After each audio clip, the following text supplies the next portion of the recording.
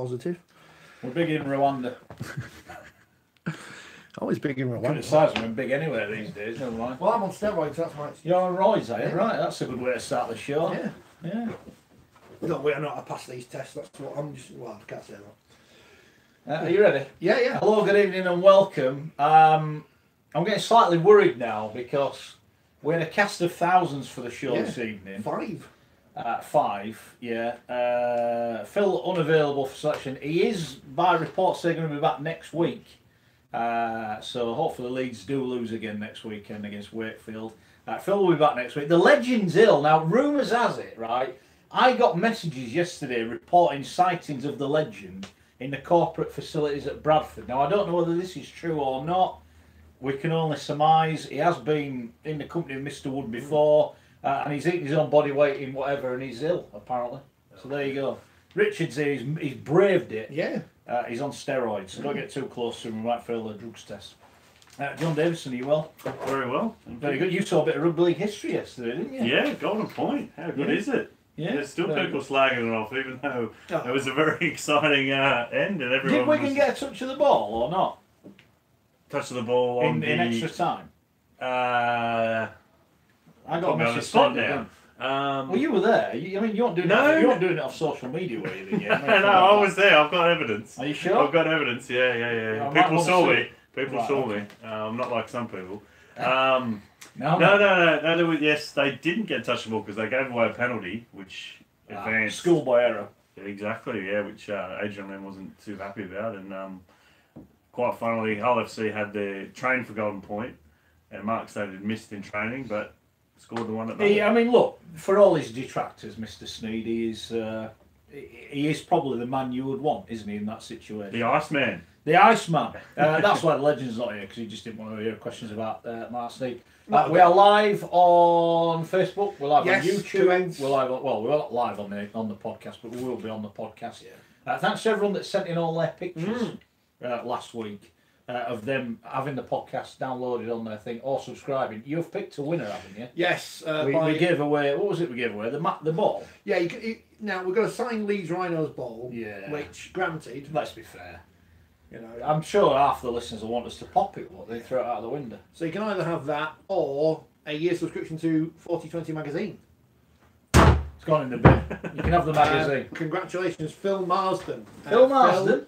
I will try and message you or email us tv.4020@gmail.com because we can't afford a proper email address.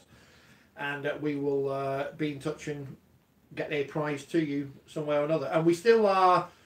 Basically, as I explained on Twitter last week, we have to get to 1,000 subscribers, otherwise we can't have adverts on YouTube. Right, okay. And we'd like to make some money, and we're currently at 847. So we're getting close to 1,000. We're getting close. So if you've got any friends, can we buy any? Can we buy any from Korea? I think that's what other people do, isn't it? But if you've got any friends who've got YouTube, just unsubscribe. You don't have to watch any of our videos. Just subscribe, and then we can make some money. Because as we know in rugby league, there's no money in it.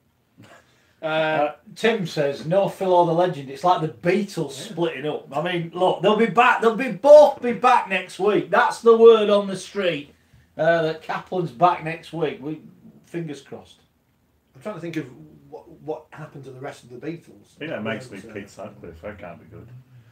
That could have been. I wondered what you meant then. Yeah, we'll move on quickly. We'll move on. I think you mean Pete Best. Pete Best. Yeah. Oh, sorry. Yeah. I'm not a serial killer. No. Well, that's easy for you to say. I mean, maybe someone else has got to prove that wrong. Now, this show is famous, quite rightly, for having no money whatsoever. Yeah, we've got no money. We are pleased to say, joking aside, that we've got more money than Widnes. Well, apparently. Which is not. Well, no, apparently we're not there now because everyone's donated all of their money. Yeah. So, have you fleeced the niece and nephew for their pocket money and sent it along? No, of course not. What do we make of it? What do we make of it then? Widnes, less than $1,000 in the bank, we're told. They're knackered. They've got to go bust, haven't they? I don't understand how. So what? September they knew they were going down. Yes. So they knew what they were losing. They knew they'd get they've had apparently 370,000 of the $500,000 parachute payment. As I understand it, when you get relegated, the TV money apparently goes to December. Yep. It's not like the contracts end in November, don't they? So they would have got an extra bung of money in December. They've had the parachute money, 300 and something grand of it already. 370 of the 500. Of the 500. That's what's been reported. Yeah. So they've had all this money. Where's it all gone? That's my question. Where's it all gone? They've surely budgeted and gone, all right, we need to get rid of these players for whatever reason. They're on big salaries or whatever. But how they've gone bust in February and they've known since September that they were going to be relegated and lose. I mean, that's just really bad financial mismanagement. And they've either paid too much for the players that they've currently got, or someone's been taking money out of the club. Well, have they not? I mean, look. I just look at it and think, what a sad situation. There's accusations going around about who's been paid what and money's been taken out of the club, and I think that's something they've got. I think they need to prove where all that money's gone, and if there's any action needs to be taken on the back of that, then they need to take that action. It's just such a sad state of affairs, and we're coming around. Rich and I have been speaking about this all week. I've been there. He's been there with his club.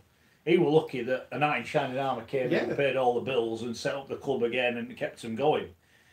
I at Bradford was a fan when they raised £500,000 in a week, 10 days. Save the Bulls. To save the Bulls. 24 hours. Where did that money go? It paid off the bank overdraft. That was the spot that was the responsibility of the owner and the director, or the chairman and the director. And then they left the club and the club went bust anyway. Now, what I will say about Widnes is this money's been ring-fenced, hasn't it? And we've had a lot of talk, people getting in touch with us on this on Twitter. Saying, no, we're not just giving our money, we're not giving our money. This is, as I said, I've been doing a bit of ringing around this afternoon about this, right? The club debt is estimated, I don't think they've finalised it yet, 800 grand. So, unless someone comes in with 800 grand to pay that, and then the money on top to run the club, because bearing in mind, your season ticket money's all gone, and all your shirt money, all those people that bought shirts, that's all gone. So all your big money's gone. So you're going to need, I don't know, what's the wage bill must be still £1 million or something. What I saw reported, the wage bill was 130 grand a month. Right, so you've got that's crazy. Well, that's Super League money, is it? Pretty much. But they're not in Super League. Sure, yeah, but I get that. Yeah, so it's whatever. It's 1.2 million. That's very safe. 1.2 million plus the running costs, the rent on the stadium, which I understand is 10 grand a month. So that's going to need paying. And 800 grand. So you're in for 2 million to have a team on minus 12 points in the championship. I reckon Widnes should just say, we're going to go bust. We're going to do what the Bulls did. We're not going to pay anyone back. Now that's poor for the people that aren't going to get paid back, and it's sad that they're not going to get paid back. But that's what's going to happen. So the fans that are raising this money, what are they then going to do with their money? Are they going to put it into a new venture and demand a seat on the board? Or part of the club? Do they want to become a shareholder? Losing an issue there. Is it? It's quite funny that a cast issue is going to land on Rich's head. Yes. Hold on, we need to sign a disclaimer. This is I cannot get injured at work disclaimer. No. What do we make of it? I've just got it. I've been Seymour Sort Bradford, right? And a question I asked, because I think my dad may well have donated to the thing, and I went, "What are you donating for? What are you doing by putting this money into the club?" Well, I'm helping the club, but it won't help in the club. You'd argue if the Bulls had gone bust that first time, they'd be in Super League now. I think they'd be in Super League now. So what do Widnes do? They've got to bite the bullet and go bust, I think. This is great what the fans are doing, but it isn't going to help the club unless they pay the debt off. Yeah. And I don't think they can afford to do that. And surely they should have to start from League One, from the bottom, if it's a new club. If they wind it up, but is that going to happen? Are the RFL going to say, well, there's only 11 teams in the championship? I don't think, or 13 teams in the championship, which is what they'd have to do. Would they kick them out? Can they do that? I don't think they can they? They've set a precedent here with the Bulls, haven't they? They've set a precedent where they let them go bust, legalities and everything. You know, are the council going to write off the 300-400 grand that they're owed? Or are they going to say no? Situation when you don't own the ground and you're the governing body of the sport, isn't it? Maybe they should buy the Halton Stadium as well. How long have we been working together? 7 or 8 years?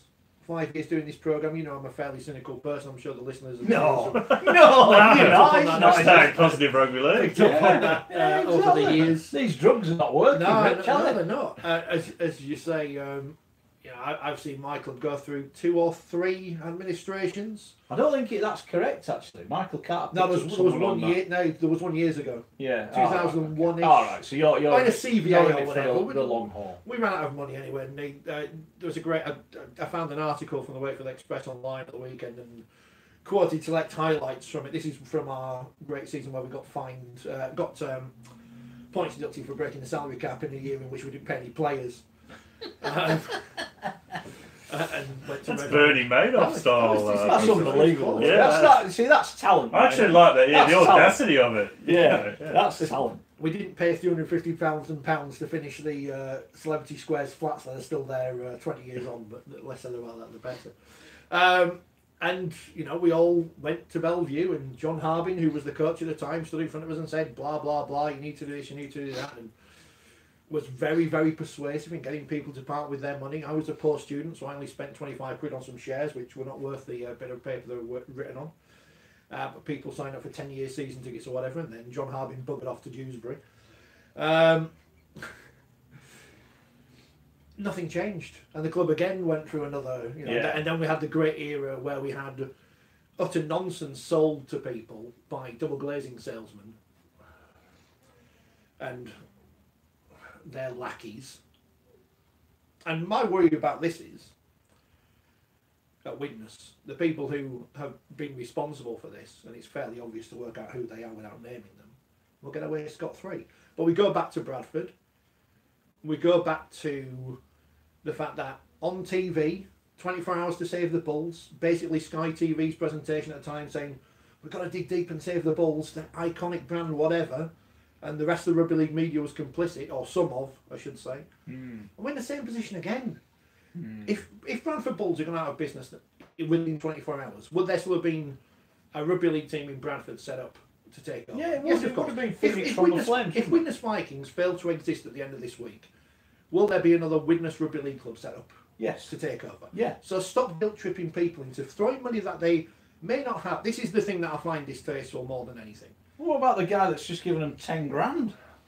The guy's giving him 10 grand. That might be his life saving. He might be a millionaire for all we know, but bloody hell. Is he getting a seat on the... I want to play on the wing for 10 grand. The thing I find most distasteful, I said this yesterday, is an extreme example, but rugby league fans, we generally know, people, working class, whatever, in the era we live, probably haven't got loads of disposable income. Fair point. I was at Wakefield for the game against St Helens a few weeks ago. They had a collection outside for a local food bank, which is a disgrace in and of itself in 2019.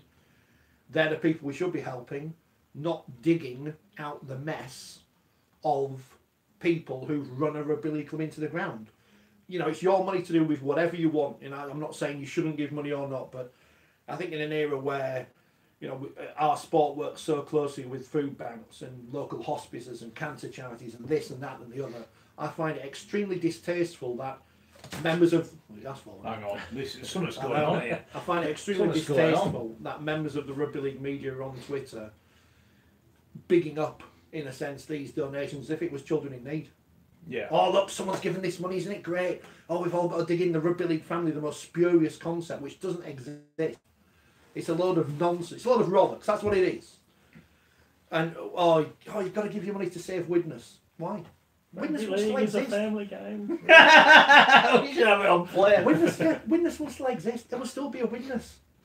Do we think they've got a goal book? The simple answer is they've got a goal book, but the inquest has got to begin as well. And here's the other thing then. The people who are going to buy them at the start of the season, where are they now? While the assets are dirt cheap because they're buying from the administrator, and it's all right for Dr. Kukash to sell some crap on Twitter, isn't it? It's like... He's a very generous man, Richard. What are you being nasty for? Our sport is the biggest load of nonsense for false messiahs, and we're falling for it again because we need to keep Dr. Kukash in the sport. He's had plenty of opportunities to do that. Could have bought Widnes, could have bought the Bulls, could have done better at Salford, or he set up a new team in Liverpool. It's all crap. And I'm sick of the people who write on Twitter, write in the papers with vested interests, trying to get people who've got better things to spend their money on than propping up a failing rugby league club and not actually put the people who are to blame for this under the sword when they had the chance to. Well, people have been tweeting me saying, "Well, why aren't you investigating this? Why aren't you should be investigating this?" And you think, well, Everyone's been paid. No one's come out and said we're owed money by the club. You know, no players have not been paid, whatever else. So it's very hard. You can't just go dig it. Oh, excuse me, have you paid all your bills? You get a polite, what's it got to do with you, wouldn't you? So I don't think there's anything we can do. I think what we need to do now is make sure that we do ask questions and questions are answered. They need to come up. They need to find out where that money's gone, and I think that's the big one, isn't it? You know what I mean? There's no justification where all this money's gone. It's not like they've got a top of the league team and they've just sheerly overspent. The team was no good, was it? Well, it wasn't. That's the point. You know, and it goes back now. And we mentioned it. How many times we mentioned it when Kevin Brown got sold? Why did they not replace him? Well, where did that money go? You know, adding to that money they've had off the RFL, they've got a transfer fee for Danny Walker. Where's that money gone? Where has all the money gone? It's like, what the hell? Where's it gone? I'm sure Anthony Gelling can't be on 300 grand a season, so well, exactly. Yeah. So it's like, you know, and then people are going on about the salary cap, and I want to talk about this a little bit later on at the other end of the spectrum, but the salary cap was brought in to try and help police the finances of clubs. Yeah. It's another example like Bradford, John. It doesn't work in that respect. And now they can say, well, it's up to the clubs where they spend the money. I get that. But if this salary cap is supposed to be live, you must know you haven't got any money. What's happening? That's what doesn't sit right with me. I think the big thing for me is you go back to, was it 2012, James Rule at Hull FC, or before that, you know, banned from the game for a drugs cover-up. He's allowed back into the sport, you know, I think before the ban had finished, and he's running witness. And last year he's out there saying there's no debts, we're debt-free, things are rosy. Yeah. And where's the accountability? I mean, well, he's already, what can you do other than ban it? And I got hammered because I called out Derek Beaumont last season and said if he don't pay those contracts, he'll be banned from the game. Yeah. Because I think this is a completely separate issue. Derek Beaumont had the means to pay. Yes. But chose not to. Yeah. And people say, well, the club didn't have the means to pay. The club wouldn't have signed the players if Derek hadn't have underwritten a contract. We know that. And in the end, he did pay. So that's by the by. Everyone got paid. Whether they got paid what they wanted, they were happy. No one's gone to court, blah, blah, blah. So Derek Beaumont's free to carry on running Lee or whatever he does. But at Widnes, it's different. The money is gone. There's talk that the directors are on more money than the players. How can that be right? You know, it's, as I said, I'm watching Conrad Oral on I think I've got a new man crush on him, by the way. The hair, isn't it? For apparently what you could have had him for, you're paying for James Rule. How the hell does that work? I guess if it had been a chief executive, figures are reported to be correct. If your chief executive brings in money and success and better players and so on, then he's worth the money, isn't it? It's value for money. Yeah. You know, I saw, you know, Martin, if I was getting abused from idiots on Twitter this week, and why has he not offered to sell all his Widnes memorabilia and all his life savings? You can't blame the players at Widnes for not being good enough to stay in Super League if they're not. You can only be as good as you can be, can't you, as a player? Or whatever job you do. I can only be as good as I am.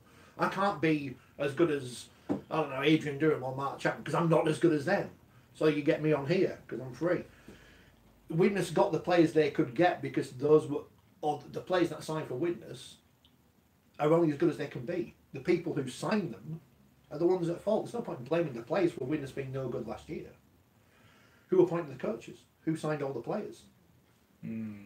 It's a sad state of affairs, isn't it? Yeah, well, I mean, to go bust in 4 or 5 months after relegation, you could understand it if it was relegation, that was it. But the mismanagement in that period is it's frightening. It is frightening. It's frightening how much money they've had and they've still gone bust. And they've decided to stay full time, and they've obviously banked on getting back into Super League because they haven't thought, okay. But is it the old, as James Rule just been stood there with his fingers in his ears going, no, everything's all right, we'll be all right. Do you remember some money? You remember the fantastic social media videos during the middle eights? Yeah. You know, as they were losing, and after every game, he would come out and he'd address the fans. You know, we need to support the club, blah blah blah.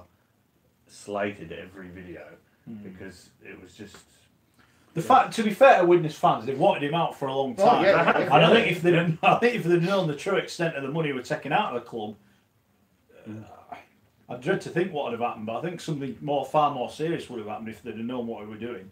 And I think, yeah, I don't. And we're not condoning. no, we're we're not. But I think had they known the extent of what he was taking out of the club, I think those crowds would have plummeted until he went, and that might have been the way to get him out. But they already were going down last year. Well, they were, yeah, they were aware. They were. But was it 2006 or 2007 where Widnes and Cass played in the National League One Grand Final, and that was a gamble, was it? Yeah, both teams gambled on going up. Did. And so you could easily argue it might have gone the other way if it had been the other team. And we've seen that happen a couple of times. Teams have gone pop because they haven't won the big game.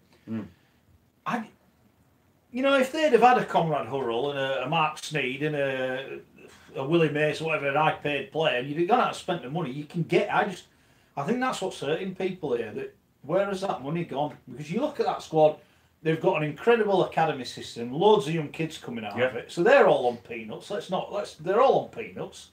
So where's the money going? And this week's the test, isn't it? Because we know the Vultures will. I don't know. I don't think they will. Rich, I don't think they will. Why are you going to buy? Why, as an owner, are you going to go, I'll go buy a player off you? You're going to wait. No, you're going to wait until it all. You've got to wait. Yeah, you've got to wait for him to go and then you get who you want. You get who you want. But then also is, and I know there'll be exemptions, I presume, to keep the players in the game. But we're seeing players like Chris Clarkson and James Donaldson struggling to get teams, and they have, through their own hard work, gone out and got a team. Fair play to them, but some of these players might just slip through the cracks, and that's them done, isn't it? Yeah. So I don't think it's the RFL's fault in this situation, but when you look at so many clubs year after year across the different divisions having difficulties, and there's something is broken in this system.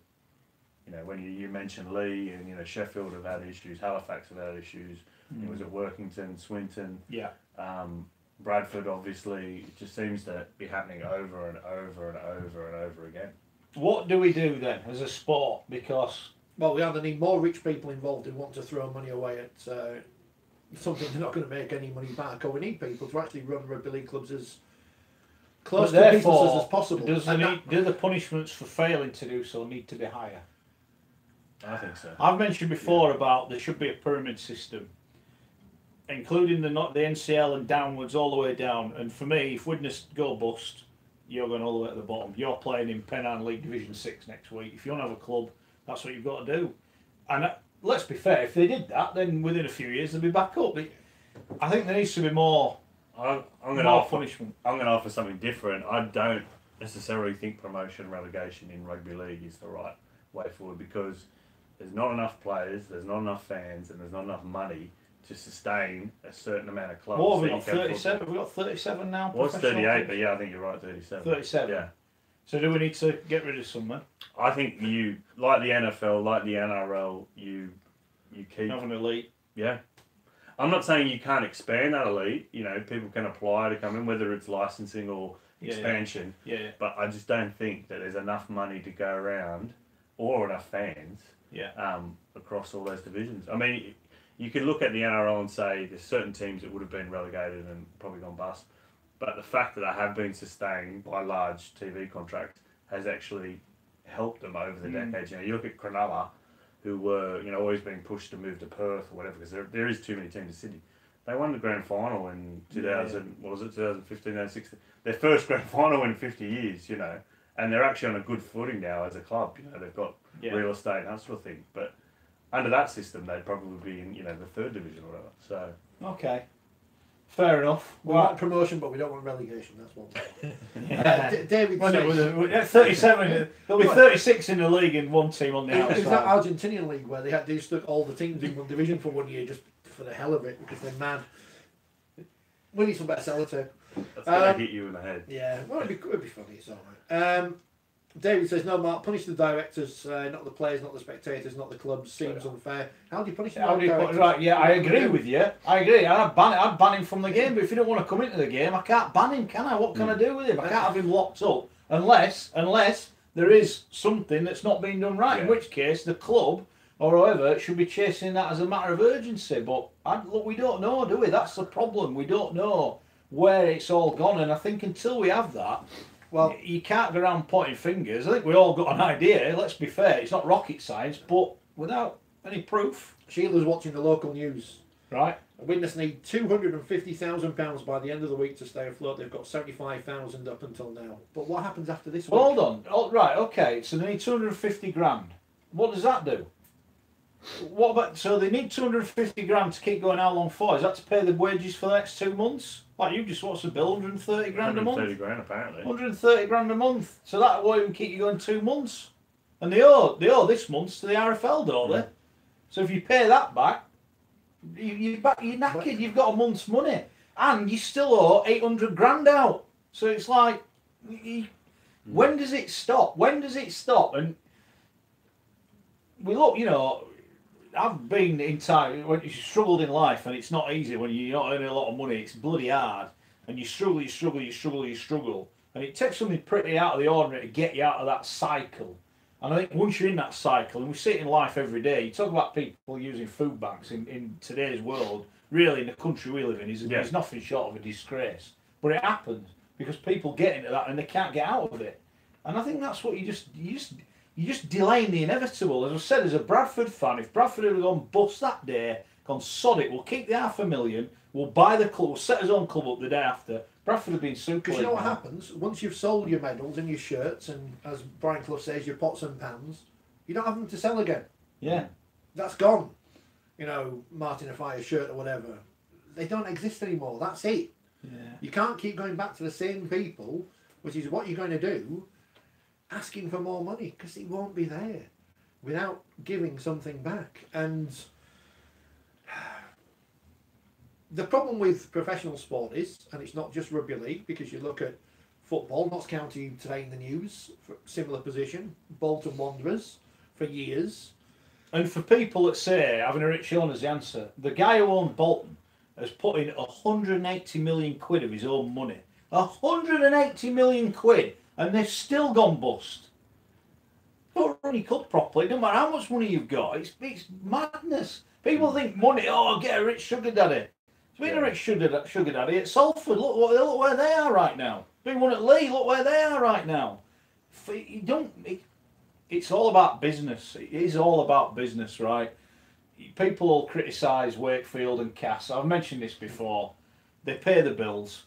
They've got a rubbish stadium by modern facilities. I know where I'd rather go watch rugby. I'd rather go to Cass or Bellevue and watch it and enjoy it and take in the atmosphere and know that at the end of the month they're going to pay the bills every month. Having a shiny new stadium and all this is not the answer. You've got to run your club properly, and at the minute there's too many getting away with not. The problem is, John is right with saying that we probably do need to have an elite and ring fence them or whatever, and maybe put people in the future. Well, but we can't do it. We can't because there's not the will of the people. Well, the will of the people. I don't think there's leadership at the top to enforce it. I don't think someone has got the balls to go. And you would have to have some colossal cojones to. Here's to one. do it, but I'm going to mention it. What was the guy last week? Ken Jones, was it, who supported the Manchester bid? Yes. Recommended to the RFL. The Rangers, yep. Right. Who then said, well, there's 4 teams in Manchester, Greater Manchester, whatever it's called. Rochdale, Swinton, Salford. Who's the other one? Oldham. Oldham. Yeah. 4 teams there within a stone's throw of each other. If you can throw a stone a long way. How much funding do they get out of the game? How much funding do they take out of the game? Salford, 1.8 million. Yeah. Swinton and Rochdale finished bottom. Will they still get $250,000 each? I think is it all $500,000? Is it all? Well, what, all right. So I'm going low there. Yeah. So there's near enough £3 million going out of the game for 4 teams in Manchester. And how many spectators have they got between them? 5,000? 6,000 max? I don't think 5. I think you're being. Right, well, we'll go 6. We'll go on the top side. I'll go 6. How many youngsters of those teams produced that have made the game better? I don't even know. And this Recently, is pig ignorance. Well, this is pig yeah. ignorance, right? Salford don't had an academy for years. You could say Adrian Morley. He's from Salford. Richie Myler. Did he come through there? I think he's actually from Widnes. All right, okay. Well, my point is though, Mark Flanagan's an older. What are they doing? Why are they still getting all this money to be? Why are we propping them up? And like you said, people go, oh, it's all about killing it. My question is, like you just said, what are they bringing to the sport? When we look at it, what do they bring? There's too many clubs sat there going, give me some money, give me some money, give me some money, give me some money. They don't bring anything. I've mentioned this example before, and it's the irony is, of course, that there used to be a rugby union club in Wakefield who played just outside the city centre, who were bought out by the Bradford Bulls. When everyone thought having a rugby union club as part of your thing would be good, because Wigan got Orwell, didn't they? Yeah. And now they own Orwell's training ground, so that's good for them. Yeah.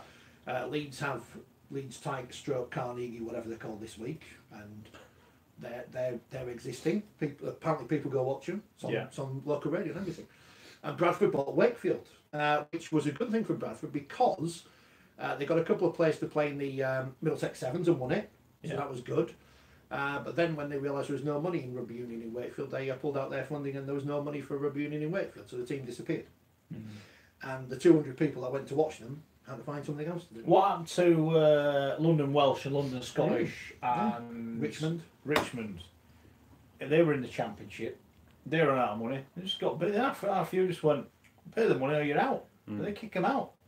I think we need to start doing that. I really do. I think this is I'm with you. Someone at the top of the game needs to say, look, no more now. This is it.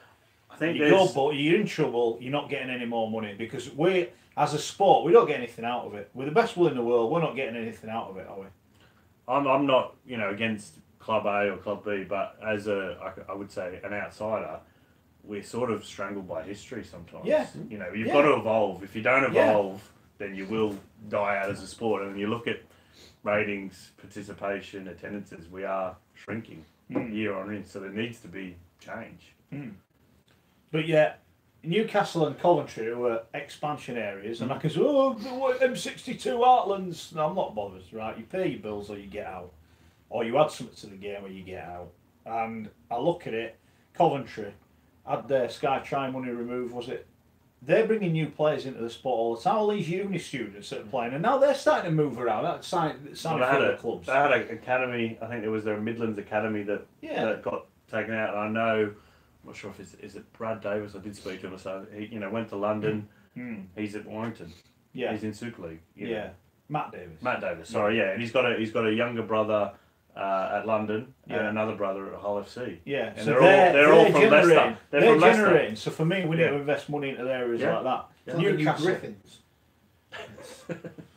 It's frustrating. I don't want to see Widnes go bust. No, I don't. But I want to see him. I'd rather see him go bust and start again tomorrow than just continue in this miserable existence of having no money and constantly being looked down upon because you've got your hand out all the time saying we need more money, we need more money. You've got to cut your cloth. Yeah. Yeah. You mentioned Wakefield. I think that's the perfect example. People will say to you, they'll look in the paper and they'll say, Coventry versus Newcastle yesterday, 360 people there. So what's the point? But then you look at the teams who've been around forever. Go on then. Batley Rochdale in the league above 754. So more people watch Batley in a glorified friendly against Bradford before the season than will pay to watch them in the regular season. Yeah. Swinton versus Toulouse. And don't give me the argument about away supporters because that's a load of crap as well. 601 people. Right. So my point there is hotbed of Cumbria 900. Yeah. Oldham Whitehaven 546. If you're going to be honest and you look at pound notes, what we're paying, those clubs in the Championship, and people are moaning it should be on telly. There's 900 people got to watch. They're not bothered. There's not a market no for it to be on TV. How much are the RFL paying to broadcast these games on their app this year? Well, I don't know. We'll have a chat about that later because you've deleted your app, haven't you, off your phone in protest. We'll have a chat about that in a be Well, that wasn't supposed to be for public knowledge. No, well, it is now. I'm going to delete mine as well. It's not about Horton live on the show. Right. People loads of social media. I really want to fight through it because there's no point asking for it if we're not going to use it. Terry says, was there any rugby league? Yeah, we're going to talk about it in a bit. Con says, 250 grand is to buy you out of administration, or buy out of administration, I should say. Astounding you don't have the full details as they're out there. I was just going off what someone told me on social media. There's so much information out there about Widnes. I don't know who to trust and who not to trust because a lot of these, there are some journalists who appear to be just cheerleading for the fundraising. And that might sound harsh, but that's the way it's coming across. So, are they telling me the full story, or are they just trying to get more money into their club? I don't know. And anyway, I think part of it is when you look at, say, James Rule, has a history of lying, and then he's out there saying X, Y, and Z, and people are just swallowing it. It's like, surely it's that was a my red flag. it's my understanding that the reason the deal fell through last week was because the person that was putting the money in found out what the extent of the situation was and went, no, I'm not wasting my own money on that. That's what's happened. So if I'd told the truth, then it might have been easier. But the fact, like you said, he has lied because he's been proven to lie. But some journalists have chosen to take those lies and run with them. Well, I think you take a stance and you go with it. I think there's other people that higher up the game that have been hoodwinked by him as well, to be honest. Yeah, but, you know. Can't wait for him to be on the front of a magazine saying James is back. Shell's a Salford fan. I don't care anymore. This is the defence of Salford. Theo Farge, Mark Sneed, Ryan Lennon, Jake Bibby, Steph Ratchford, Jordan Turner, Josh Wood, Adam Walker, Matty G, all in Super League, and 8 of 10 in other leagues. So do produce players before our academy was finished.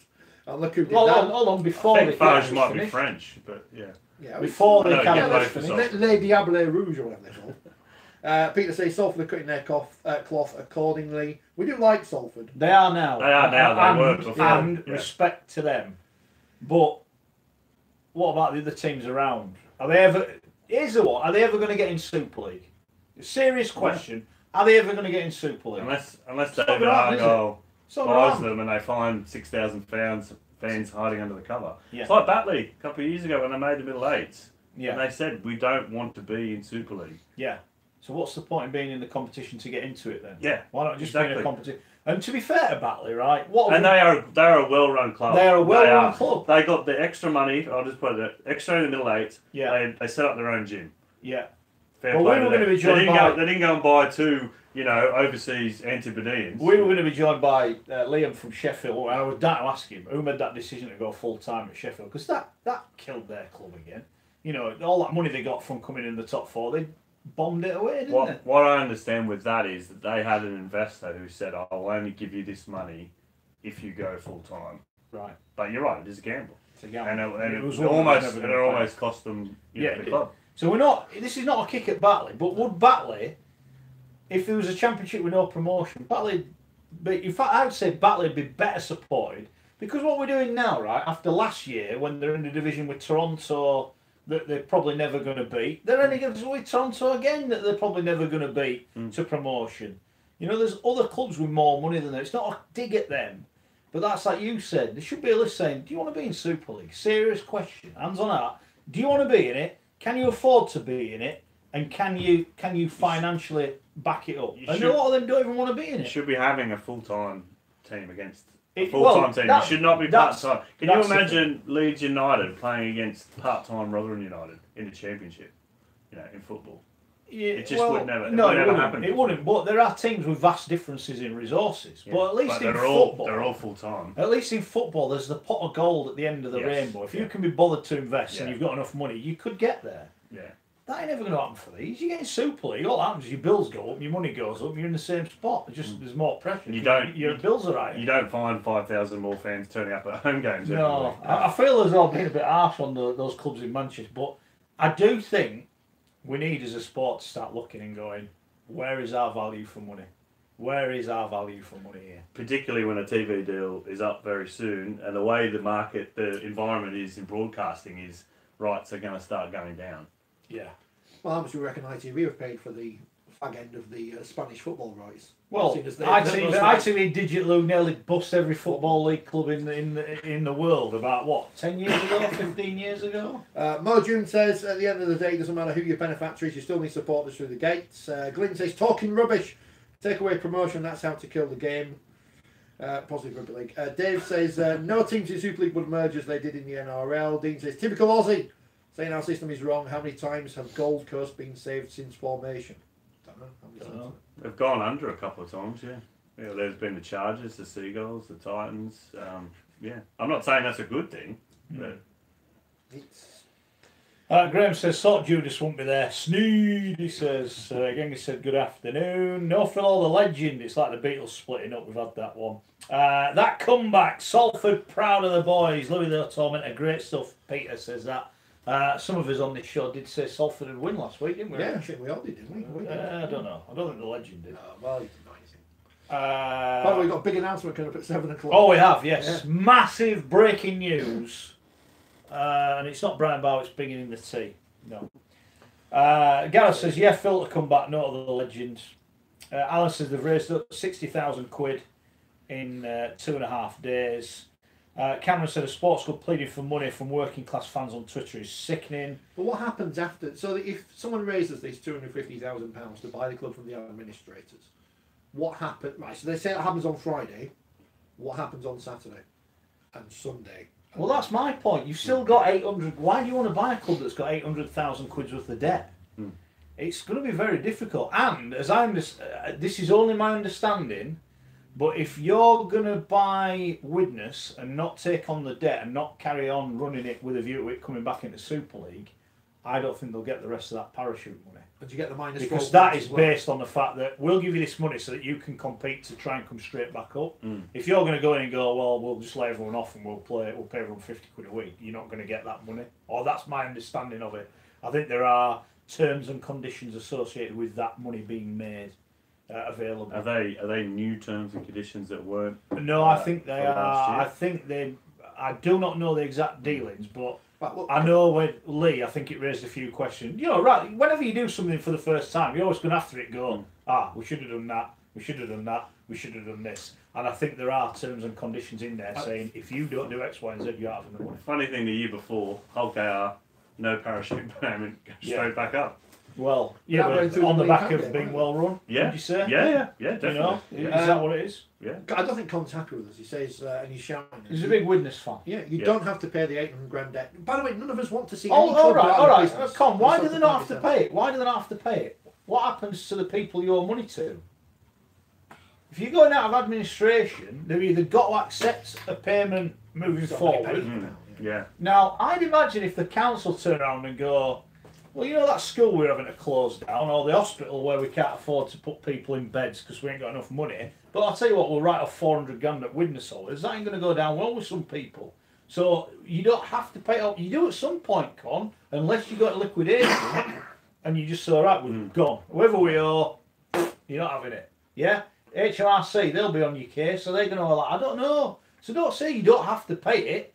If you don't pay it, you've got to go bust. It's as simple as that, isn't it? That's how I see it. I just can't buy this argument that there won't be rugby league in Widnes in 2020. I don't know what will happen the rest of this year because it makes a complete mess of A, the fixtures, B, summer bash. It's all about Blackpool for you, isn't it? It's all about Blackpool. We could bring in a team from League One to play randomly. It's like the Premier League darts, just bringing a random player every week to play. Play against the League One All-Stars. Martin says it's pretty tragic after kids are giving their pocket money after the people at Odsal and Watford, they're not having a penny off of me. Peter's donated a £5, not so much, but it's there. Alan's, I think, a big Widnes fan, so this situation's been coming in the last 18 months. Dave said, where's Schofield? He's in hiding because Mark Sneed is a history maker, the first golden point ever in the UK. Roy said, good evening. Rob says, is Phil returning? Please explain it. He will, all being well, Rob, be back next week. That's the rumour. Yeah. If we can bust him out of jail. Special measures. Yeah, he's in special measures, so we're trying to bust him out.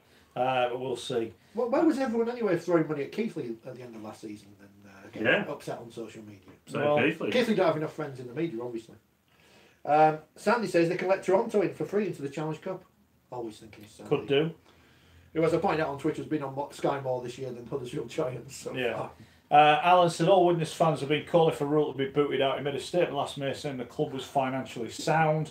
Legend is sulking because Leeds lost or sick before FC won.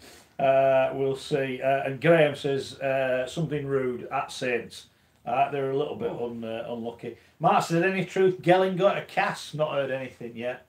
Have they got a quota space free? I don't think they do. No, because they let Jai go to get in Matauti, didn't they? Is that right? Yes. So I don't think. Well, they let QLT go. But yes, it was Q. Yeah. QE2. So why did Jai get released? He got released for something similar. And they obviously brought Rankin in. who takes up another one. Yeah, there you go. No, they let Jai go to get him in, and then who was it went into the season, didn't he? And they will be exempt as well, by the way. Obviously, they will. You will be allowed to sign their own. Oh, yeah, obviously, because when John says kids giving pocket monies. Dave wanted, it's a shame no score. He wanted his take on Hull FC win at Wigan. Mark Sneed and Danny Houghton, what a win. John, you were there, weren't you? Well, yeah, no, fantastic Hull. Yeah, we'll talk about that. I'm told he's having a job interview in Nigeria. Oh, is he? Is that right? Is that right? Very good. Ian's pointing out about the gate at Coventry. I wasn't slagging off the gate at Coventry. I was just saying some people. You said some people say that. Yeah, saying it was on the same time as the Union, which is fair enough because it's the Rugby Union Stadium. People have been watching the Italy Ireland match. What's going on with the Widnes-Sheffield game, Master Nick? Did Widnes forfeit as Barnston Elworth says it's just been postponed, but they've got a fixture against Featherstone this week. Where are all these fixtures going to be fixed? Well, they've got a fixture against Featherstone that they need to ascertain whether they can play, and that's going to take a lot of money to pay for the medical insurance cover. Yeah. So they weren't paying for scans, were they, I read? Because they were no, doing but I've sought some guidance on this, and apparently, and these are rough figures, but I've been quoted that to take out a policy that covers all your players for everything you might need, you're looking at around about 160 grand a year, which is a lot of money. Now, you can do it, I think a scan round about 500 quid apparently. So if your player needs a scan, 500 quid. Needs a new ACL, 10 grand. So you can see there's a price list to everything you need. I'm picking some years you could go in and might spend 20 grand. And some years you get 2 ACLs in the first week of the season, you're 20 grand out. But it's going to take a monumental run of injuries to get up to 160 grand. So, but you've still got to have that money to be able to pay. And they're also a club who's had a very bad injury list the last couple of seasons. So there you go. And are you more likely to get injured given you play on a plastic pitch? Yeah, on the Astro. Roy said, "Well said, that man with the beard." Well, John's had a shave, so that's you. Well done. Don't remember what I said. Andy said, "Correct." Richards. Toby said, "In addition, the fans need a position on the board. Credit to everyone for working hard, though, especially those who haven't been paid." Look, our thoughts are with the people at the club. It's bloody. Rich and I work for a company that have gone bust. You work for a company that didn't pay you, but it's not easy, is it? It's not easy when you've got a wife and kids at home that you need to look after. It's not easy. We know that. We've said before, haven't we, when there was all that fuss a couple of years ago about the £1 million game and players coming out and saying livelihoods are on the line, and we said the players will all get jobs if they're good enough. The people behind the scenes who actually rely on doing the stuff that keeps the club going, they're the ones we should all be feeling sorry for. And I don't know, do they come under the Rugby League cares policy? I don't know, because they're just kit men or team. And I worked at covered Bolton. When Bolton got relegated from the Premier League, they made all the stewards pay. They used to get a cup of tea. They used to get a cup of tea during the game, and they were made to pay 50 pence for their cup of tea. It's not being free. You had to pay 50p. They were paying a player £37,000 a week. And they're charging stewards 50p. They were doing it for bugger all. 50p. Where's Gordon Taylor leading the stewards? That's it's one thing, at least in rugby league, we don't have astronomical wages. Well, why do people think David Argyle will buy Widnes? Surely he's got bigger priorities with his Wolfpack. I think he's already said. Yeah, it's not happening. Why does he need to buy into something to move a club somewhere else when he can just set up a club? Yeah. Although why is Mr. Perez apparently bought Hemel to move them? Well, he hasn't, has he? All right. But can you buy Hemel? Well, does Hemel exist? There's a lot of conjecture about that. Yeah. So has he or hasn't he? Well, I was told he has. Right. And he I've been in touch with him. He hasn't explicitly denied that, but he has denied that he's setting up a club in Hamilton. But as I said, this is quite murky because obviously Hemel are not in League One, but they are playing in the Southern Conference. From what I've been told, there's actually two with Hemel. There is a professional club and an amateur club. So the professional club was what was in League One. The amateur club is what is now, the actual. Can I ask you a question? Why have they, if they're not in the league now, why have they still got a license? Well, because it went last year. The sale actually happened last year, but also even making muddying waters even more. What I was told that even though he is supposedly bought this license, it doesn't guarantee him access. It still has to be signed off by RFL and voted on by the Championship and League One clubs, etc., like Toronto was. So he could say, I don't know, Vancouver. I'm just being hypothetical. set up a club there, an RFL and Championship League One clubs could all look and go, nah. Yeah, no, I mean. But going back to what you said about the Manchester Rangers, where it was $500,000, presumably Hammer would have cost 50, 60, 70, no more than 100, because to be honest, there's not a lot to buy there. So it is a cheaper way of doing it than what Manchester Rangers have tried. Okay. It's just ridiculous, isn't it? Rob says even most of the current Super League teams can't afford to be in it. That's a point I want to make later on in the show about the salary cap, because let's be fair, Warrington are spending money. And they've got a very wealthy background. So salary cap. They've signed Luther Burrell, who won't count because he's rugby union. Just on that, They've exploited a loophole. They've got on. Not knocking it. There was conjecture on social media about why there wasn't so much media noise about that story. And when I thought about it, I thought, because he hasn't played for England for so long, and people might have forgotten about him, and it's not that big a move anymore. The bigger story this week in terms of transfers, in terms of stories, from my point of view, and I'm not a journalist, is the Nalonga signing for Hull from the army. I don't leave the army for How did he play? He played yesterday, didn't It was funny. He had a quiet game, and both of the tries, in honest, I could have scored. He just ran on. It was a great cutout pass, one of them. But then towards the second half, you could just see he got taken off with cramp.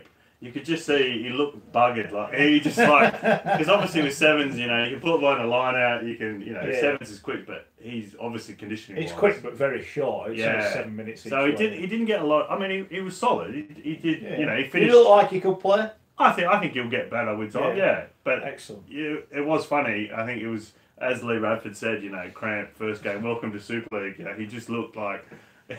And there was he took a few hits, a few tackles, which I'm sure, in terms of union, you wouldn't be used to that intensity. So, but that's a genuine story. You got someone who's had to ask to leave the army to come and try and play Super League. That's something we should be going. Yeah, this is quite exciting. Yeah, just because the people think it's like about Luther Burrell, who's. But my point is, they've got two marquee players. They're allowed to have them. Yeah. They've got this guy. They're allowed to have him. They get dispensations for players that are homegrown that they don't pay full cap for. You've got players that play for England that you get dispensations for. I was told that they, in comparison to other Super League clubs, will end up paying more than £1 million more within the rules. I must stress that they are not breaking the rules, but in the rules of the salary cap, they can spend £1 million more than another team in the competition. So what's the point in the salary cap?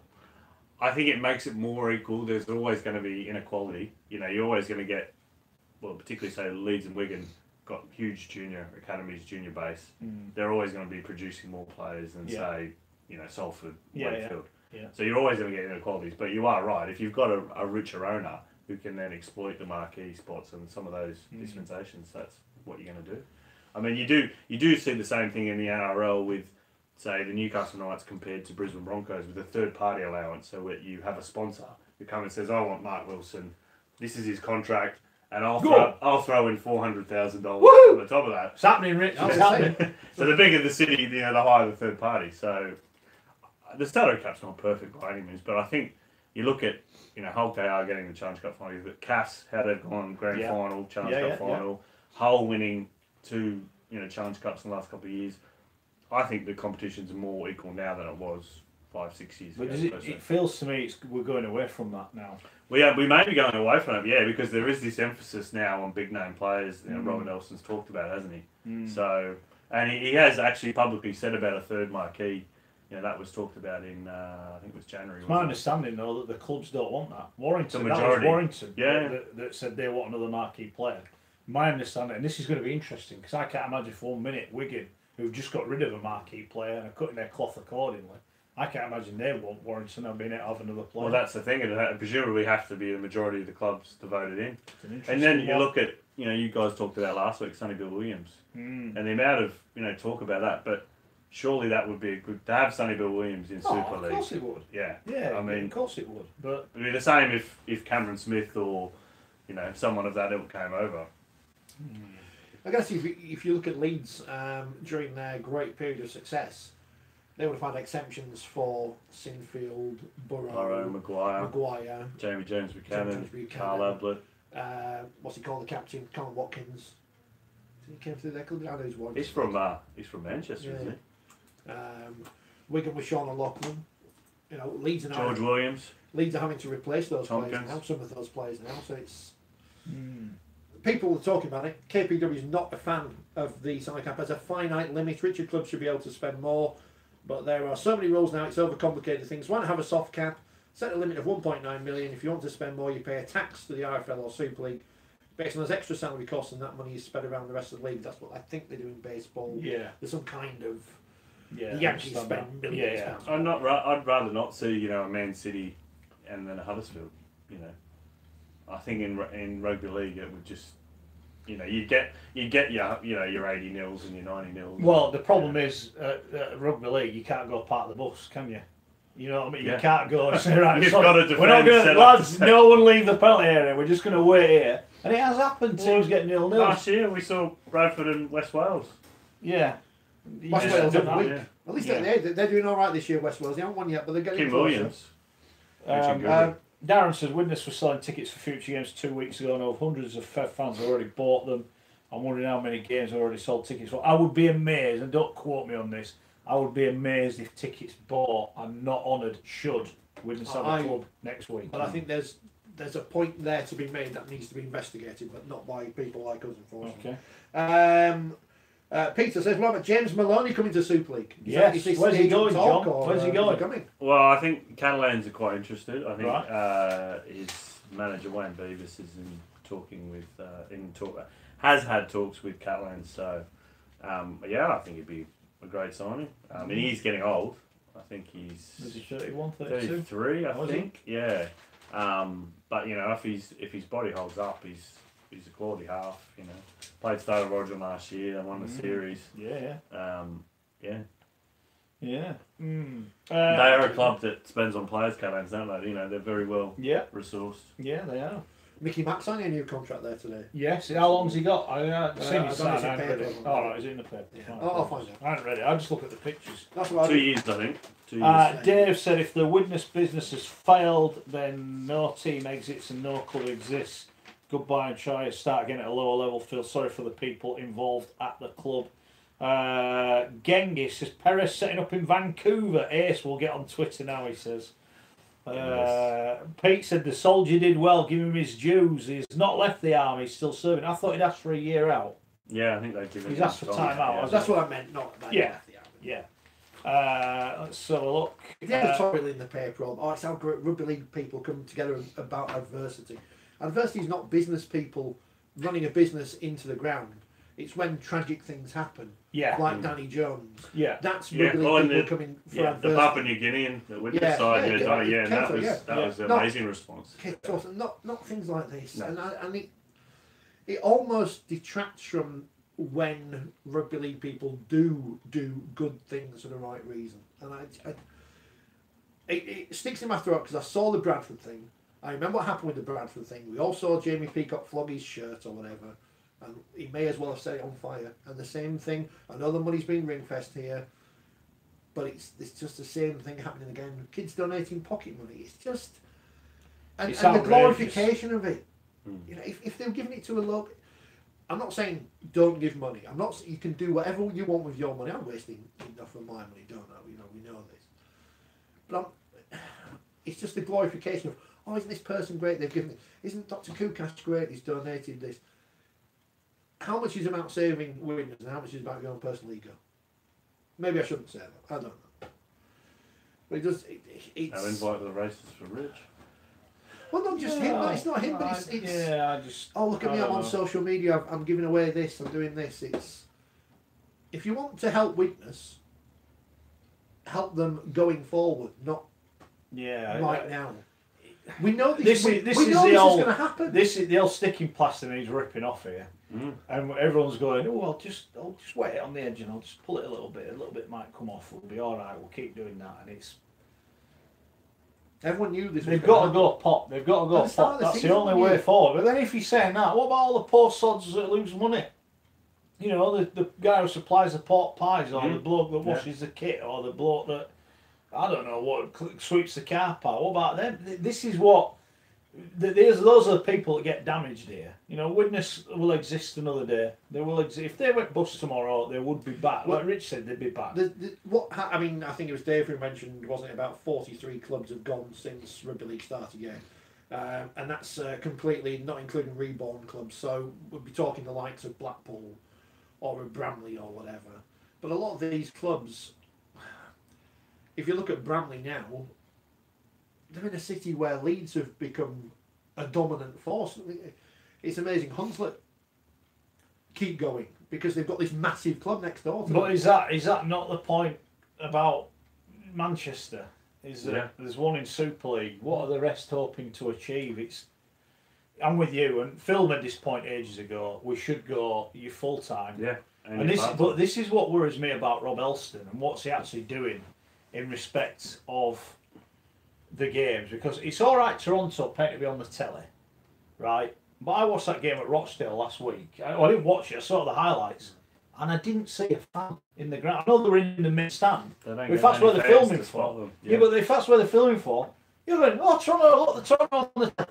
Oh, there's no one there. Where are they all? Yeah. Fair enough when they're at home and there's a crowd there. People, they're getting for free, whatever, blah, blah. I'm not bothered. They're there. Yeah. They're there. I couldn't give a damn how much the product. That's Toronto's problem. It is part of the product, though. You need to see fans. Yeah, you want to see fans. Yeah. You know, it's like, didn't they? You know, the cup draw. They didn't want to film at certain grounds because it looks empty. They don't want to go there. So why are we? I just think as a Sky exec, you look at that game and go, well, I know Sky people have said that. What's this all not about Toronto, but they've said that about games, Super League games, where there is no crowd, and they're trying to talk the game up. And you're like, there's 2,000 people here. Yeah, you can't put the with the best one in the world, Wakey Catalan on a Thursday is never going to get a big crowd, is it? It's never going to get a big crowd. So why is it on a Thursday night? It looked too bad though on the telly. No, I'm not knocking 4,500. Yeah, I'm not knocking. No, I know. And the atmosphere was good. It wasn't a classic. Because they're filming from the right side, so you couldn't see the. That's my point. Oh, Brian Barwick's here. I've got some big news of it. Apologies for getting on. You like to do with. You're on Scully's job. This is the one thing he contributes to this show. William says, "What about who's bought Stronghold memberships?" William, hopefully, as clubs have done in the past, whatever happens, they will honour those. But again, that's money that the new club doesn't have. It's a mess, isn't it? And how many clubs have sold 10-year season tickets in the past? Cheers. Don't work out. No can say for you, Rich. No. Rick says bigger problem is if a club is set up, how do you approach the local business community for sponsorship or a float on goods and services when you have a history of not paying suppliers? And Andy and Sue were accusing Wakefield of having loads of people in for free at the weekend. They did have a lot of people. I don't know how many they had, but they had an offer on for people who were members of the emergency services or the police or nurses or whatever to get in free or cheap or whatever. I can't remember exactly what it was. Because guess what? The game against Catalans, there's not going to be many away supporters, especially on a Thursday night. So do what you can to get a crowd in. Yeah. I went to the ice hockey on Wednesday in Sheffield. It was a £5 for a ticket. And they got gubbed. And they got gubbed 6-1. Yeah. Do you support any teams that win? Coventry. Dumbarton, two in a row. Dumbarton, yeah. Ever since the player I sponsored left the club. Can I do my bit of business? Yes. Hold on. We need to mark this on the podcast. If you're on your bike or you're driving a car, be careful. Breaking news. Yeah. It's all happening. What's happening? What's happening is Nigeria has got a rugby league, right? And we haven't gone bust. No, this is why we've got green microphones. GoFundMe Nigeria. Lagos, the Lagos Sharks. We don't know who it is. Yeah. No. Well, they've already announced 2 teams already. One in Lagos, the Lagos Rhinos. So immediately, obviously on this program, we don't like them. Yeah. No offence, Lagos. And Joss Minor. So Joss Minor in, and now you should have called them Joss's Giants. Well, yeah, which is a great book. And now in the Nigerian rugby league competition, allegedly coached by Gary Schofield, although we're going to try and keep him over there actually, is Kano Lions. Kano Lions, a brand new team in Nigeria. They're not called Rhinos, so I mean, who would win in a fight between a lion and a rhino? Got to be a lion, because rhinos are slow and plodding. Some of the forward pack are these days. So the Kano Lions. Any chance he gets. Any chance he gets. So the Kano Lions. By the way, I'm going to tip Leeds on. You're going Kano Lions. Kano Lions. They are. Are you sure someone from Nigeria is not winding us up? I don't know. sent us loads of tweets, so I hope not. All right. Well, Liverpool have got a rugby league Twitter. They have, yeah. Well, just about. Yeah, Carno Lions. So good luck to Carno Lions. We'll be following your progress with interest here. Graham Jenkinson says, what about the merchandise? People bet their own thousands. That is my understanding. Apparently Widnes sold a lot of merchandise at Christmas. And what I will say about Widnes fans is they do buy the gear. You know, you've seen that at Newcastle. Oh, yeah. They all have the gear on. Yeah, gone. They'll be the ones out of pocket, Graham. That's it. Nicholas says, advertisers and sponsors only care about how many eyes are on the brand. A club with 4,000 paying supporters in the stands is not as appealing as one with 8,000 people there on free tickets. Okay. Is this about people going into the Wakefield game for free? No. I think he's on about. I think we're. Yeah, he just wants people watching, doesn't he? I guess. Didn't the legend kill rugby league in South Africa after he coached them? We can neither confirm or deny this. How can you shouldn't ask questions like that? Has everyone, by the way, watching and listening on Facebook, Twitter, I think so. and on YouTube, subscribed? Please subscribe. On YouTube. We've got loads of you watching. Yeah. It's free. free. Share it. It's free. It's magic. It's free. It's like the internet. You know, this show goes, what is it, 70-odd billion people? Yeah. 70-odd billion people watch this show. Kim Jong-un, even Donald Trump at their summit, they're going to break off. That's 140 billion eyeballs because Exactly. most people have got 2. Yeah, exactly. There you go. You see, everyone's watching. Oh, apparently, we're talking about people signing for Leeds now. Yeah.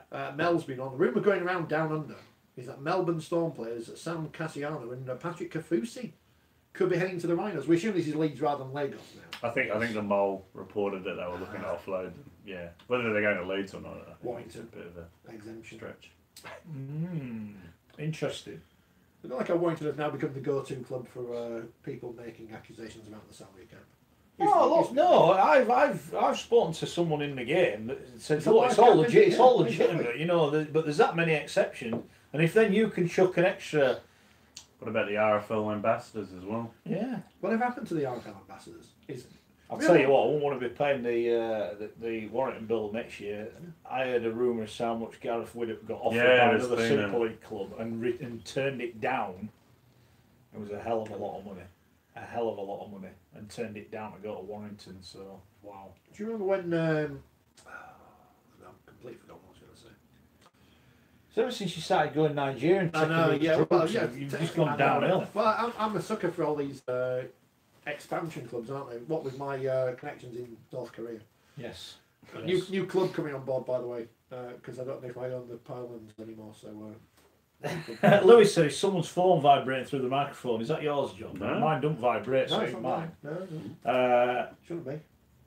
Apologies if so. Yeah.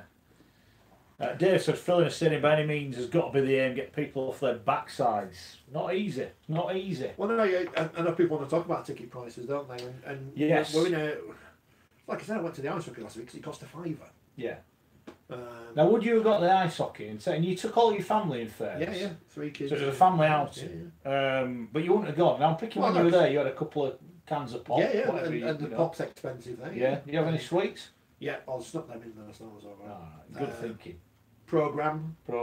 Raffle tickets. Yeah, no one buys programs anymore. What are you doing? No. You bought a phone hand. Yeah, you didn't. Yeah, we got one of the places. You nicked what? No, we got one of the places through a puck at us. So that was good. We asked for a puck. You got a puck? Yeah. So I've got the kids to make a sign saying, "It's our first game. Can we have a puck, please?" And they took the puck out. That was good. Well, because you see that, don't you? People ask for Red and Hazard shirts and flog it on eBay, which got a puck that's worth about 3 pence. So, but yeah, would I have gone and taken niece nephew's wife to Sheffield for a night to watch the ice hockey if it was 20 quid a time or whatever? No, because I can't afford that. £5 a time, yes. so there was that kerfuffle with Bradford, wasn't there? 30 quid for the visit of York. Well, my old mum, he ended up going to the game because I think a relative or a mate had bought a ticket and couldn't go, so he ended up going anyway. But it's a lot of money to go watch Championship rugby. I'm not, you know, they are my local team, but I know a lot of families in Bradford want to go watch the Bulls, but they can't afford to go watch it. It is a lot of money. What was the crowd? Just I asked on Twitter, but no one told me. 4,782. Oh, so just slightly more than we're at Wakefield, but obviously everyone at Wakefield was incredible. So. Yeah, exactly. By the way, good win for Featherstone yesterday. In the fog. No one could see it. Yeah. Sandy said Canada versus USA playing in Sheffield in They April. are. Yes. I don't know because I think I'm busy, but I saw that. Ian said, did the legend know there were no biscuits tonight? We've got loads of ones. Where are they? Under, oh, wait, the budget, it's not spent on technology, it's spent on buns. Our official cake partner is back this week, she was off last week. Yeah, we're back in the game. We're back in the game. Scotland back right o'clock. Yeah. Yeah, people do wonder where the budget goes. Say, why do you get some sponge microphones? No, we spend it on cake. Yeah. Most important things. Yeah. Oliver said 30 quid to sit in the main stand at Bradford. And said it's daylight robbery. It's a lot of money, isn't it? It's a lot of money. Business, I think, as you said, for championship rugby, that is a lot of money. I don't know how people can do it, John. I won't go. I'm not going to be. I look at these people, right, and you go to a rugby league ground, you get there an hour and a half before the start. There'll be a family there. They'll all have the shirts on. They'll all be having a few beers. They've all got a program. It's like, I do not know how you can afford to do that. I genuinely don't. And to some people, it's a life choice. And these are the people that go to the game, probably don't go on holiday or go in England instead of going wherever. I'm not. I don't know how they do it. They're not going to Barcelona. That's what. Yeah, I don't know how they do it. I really don't. I don't know how they do it. So it's credit to those fans, honestly, absolutely unbelievable. Right, what's happening now? Should we talk about some rugby? Shall we talk about some rugby? Because we haven't really spoke about rugby because no one cares. We've got to start then with Hull. I see we got hammered. We did get hammered. We got hammered. I can't believe you tweeted out the video. Oh, I can't believe that we thought that Wigan. And because Rich said that Wigan would win by 28. What a prat. 28. I say what a prat, he's above me in the table. It's better than Scully's prediction that time at Magic. Oh, yes. That was the most wrong thing ever. But I believe Scully, did he tip London top 5 this year? To round 1?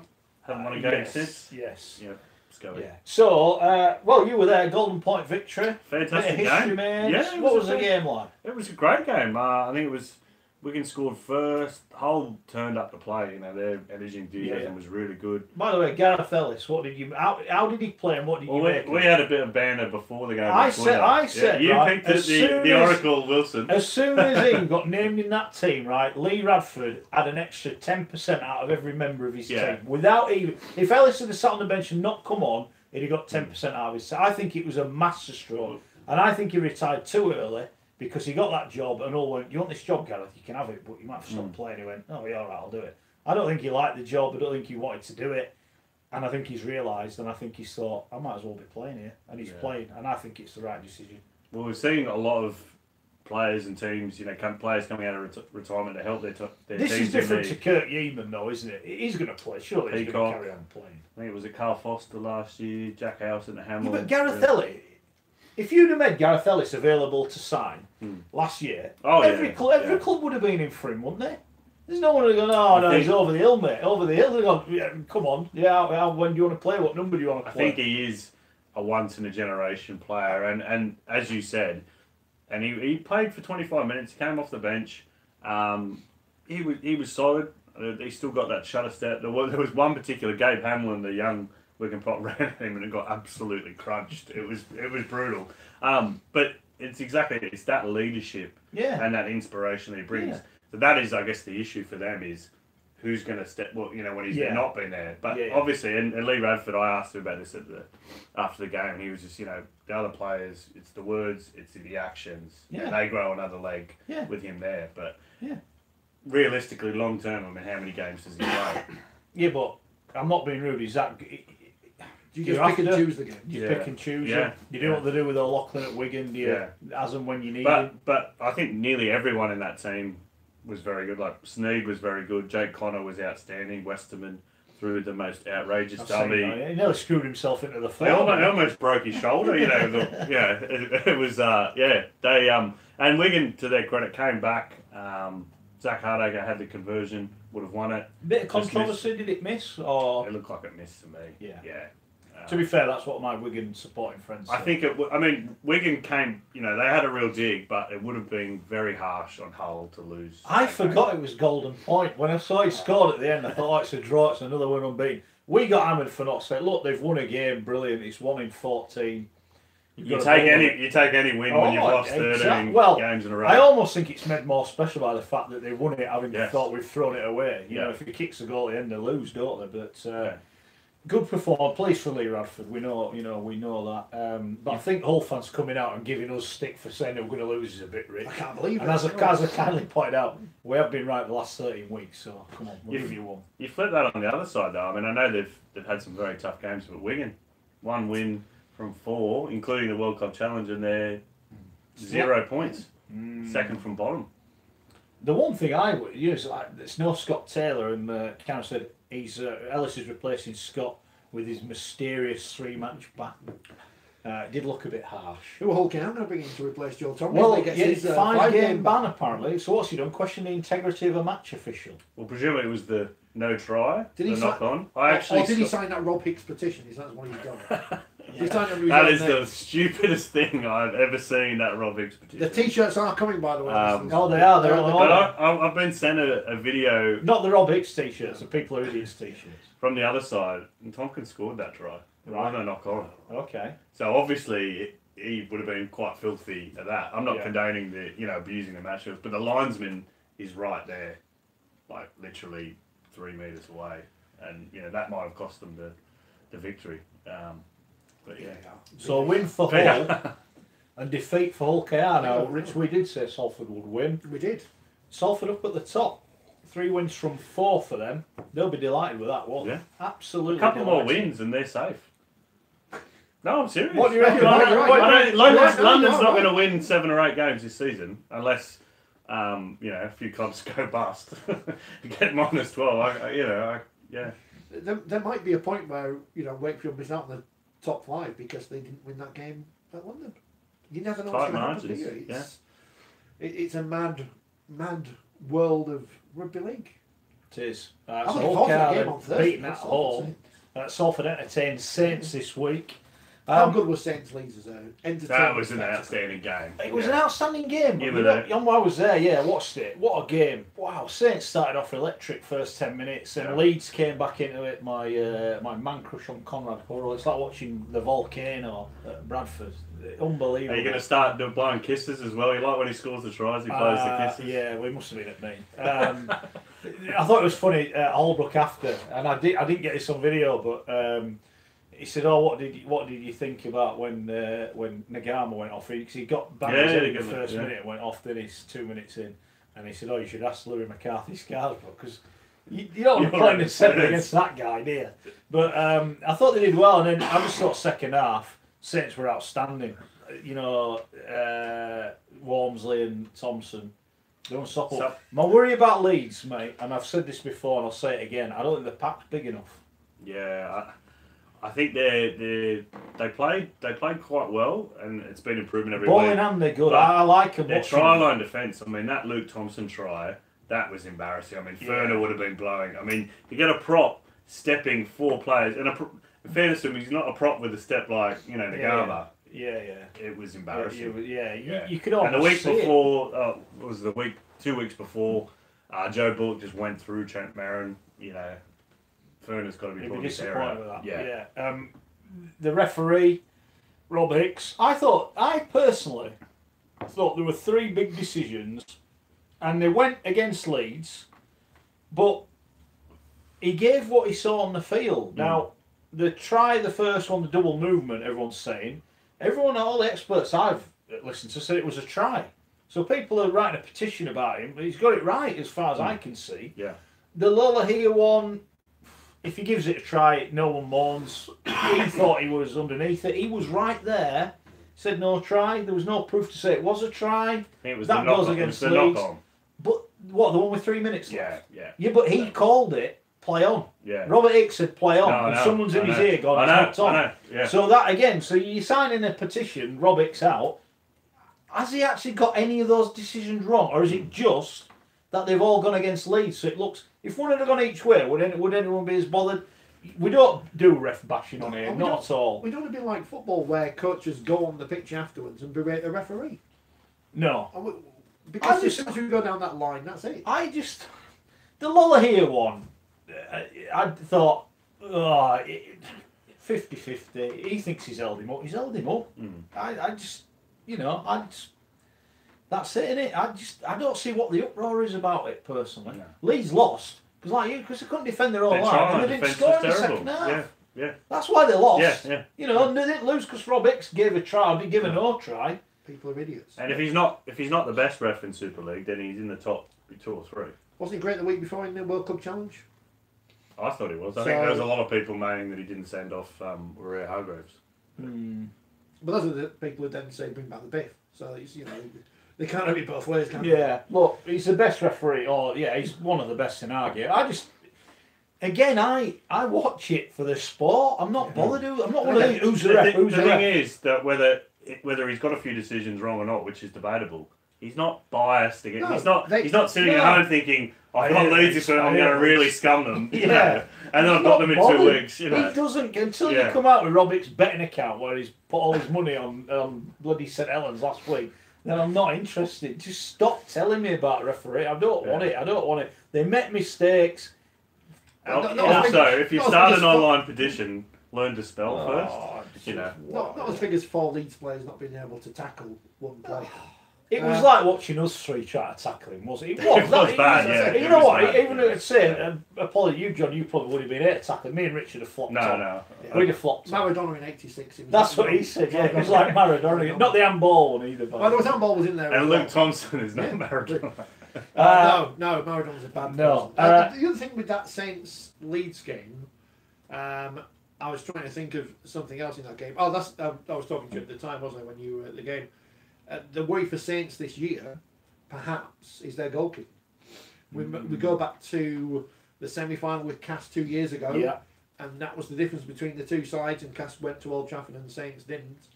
Last year they had Denny Richardson, who, I know on Sky they said his kicking percentage was only 75% or whatever, but it didn't matter last year because they were the dominant side. So far they haven't been dominant. It will cost them big games. I'm not saying they're no good. It'll cost them big games. There will be a point where they'll need them.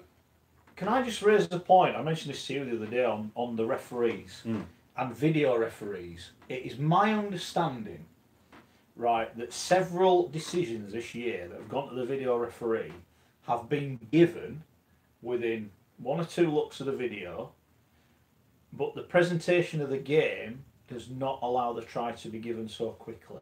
So Sky are determining when the decision is made. Yeah, that's terrible. Now that is my understanding of it. Have they got money with? Do they have a share on the? It is my understanding. So when we're all stood there going, "Oh, give the try," right here. They've already given it. So again, we're abusing the. Oh, Red don't know money. It's a try. It's a try. He's already given it, mate. But he's not allowed to put it on the screen.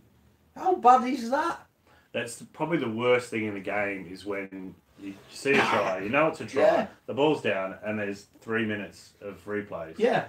And you know it was a try immediately. I was quoted a figure of there was a delay of towards a minute where that is a long delay. They've when seen you think it, about given it, and then it's a minute of. But why is that? We're not in Australia where they're sticking advert breaking. Well, is that the TV people wanting to drag it out? I don't know. Add to the excitement. It does the exact opposite. Goes, oh! You're all right, Rich. Yeah. What are they doing? When they put another replay.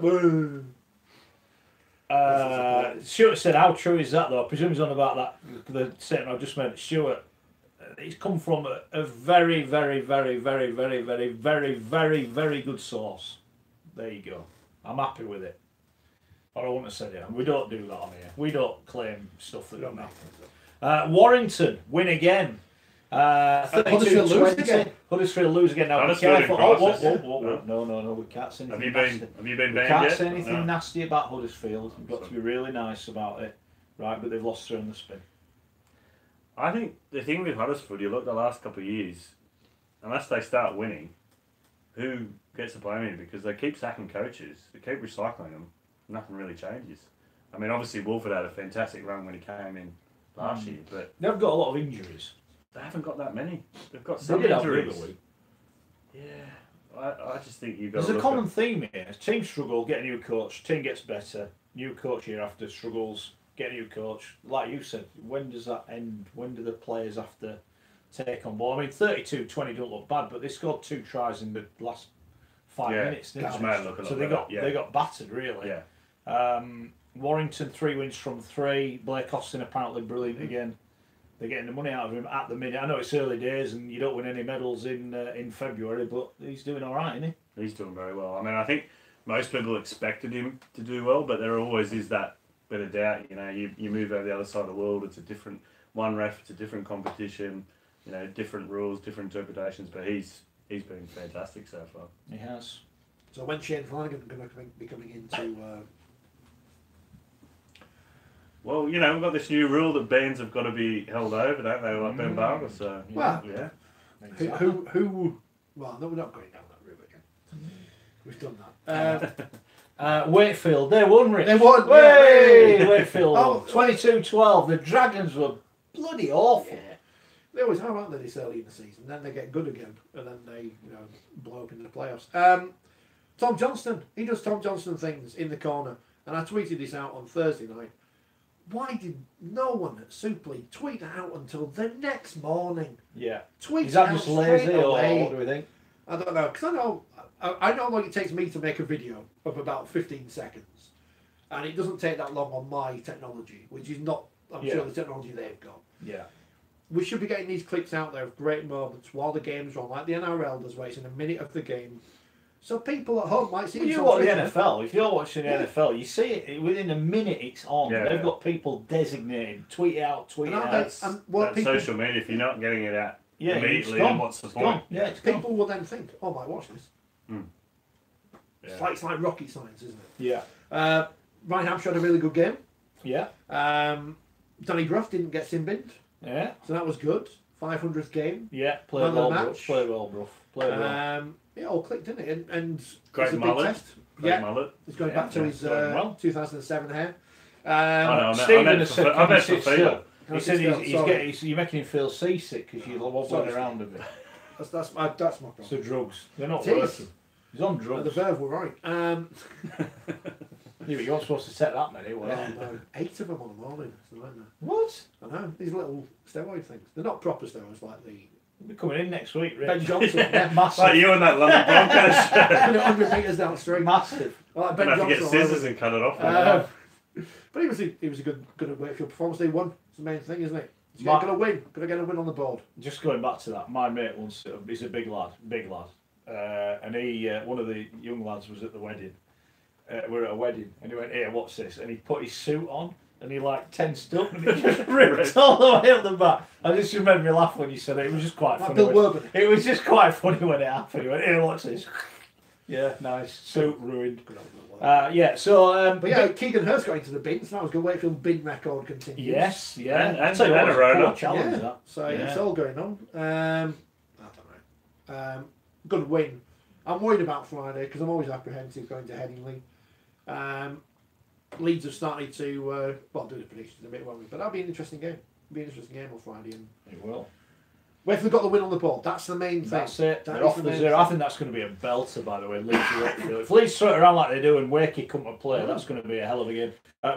Jumping on. Apparently Warrington took a massive number of fans on Friday. Oh, I saw them singing their Josh Charlie song. Yeah. And there were quite a lot of Hull fans there yesterday, weren't there? There was, really good. That was a good when they kick the goal and it goes into a full stand. I've seen the video again at the back of the stand. It's just brilliant. It's brilliant. Andy wants to know if your beer you've been drinking's in date. It's Lucas Aid Sport, isn't it? Lucas Aid Sport. It's isotonic, so it's in balance with body fluids. That's what John Barnes told me. You're an athlete. Something like that. Daniel says Warrington highlights on Twitter. 2 days later, madness. Warrington social media's up our game on that, haven't we? I watched the Warrington did a behind the scenes thing for the Hull KR game, which was very good. I have to point out Warrington's marketing. There was a people are upset about this, aren't they? Yeah, I don't get why people they don't understand what marketing is. Yeah. It's to get to advertise the fact that the game. Yeah, it's to promote. It's to get people talking. Yeah. To create a stir. Yeah. And the same thing was with the ambush marketing before the World Club Challenge. They had a sign that they drove around the DW saying, "Don't worry about the Roosters. You've got the Wolves."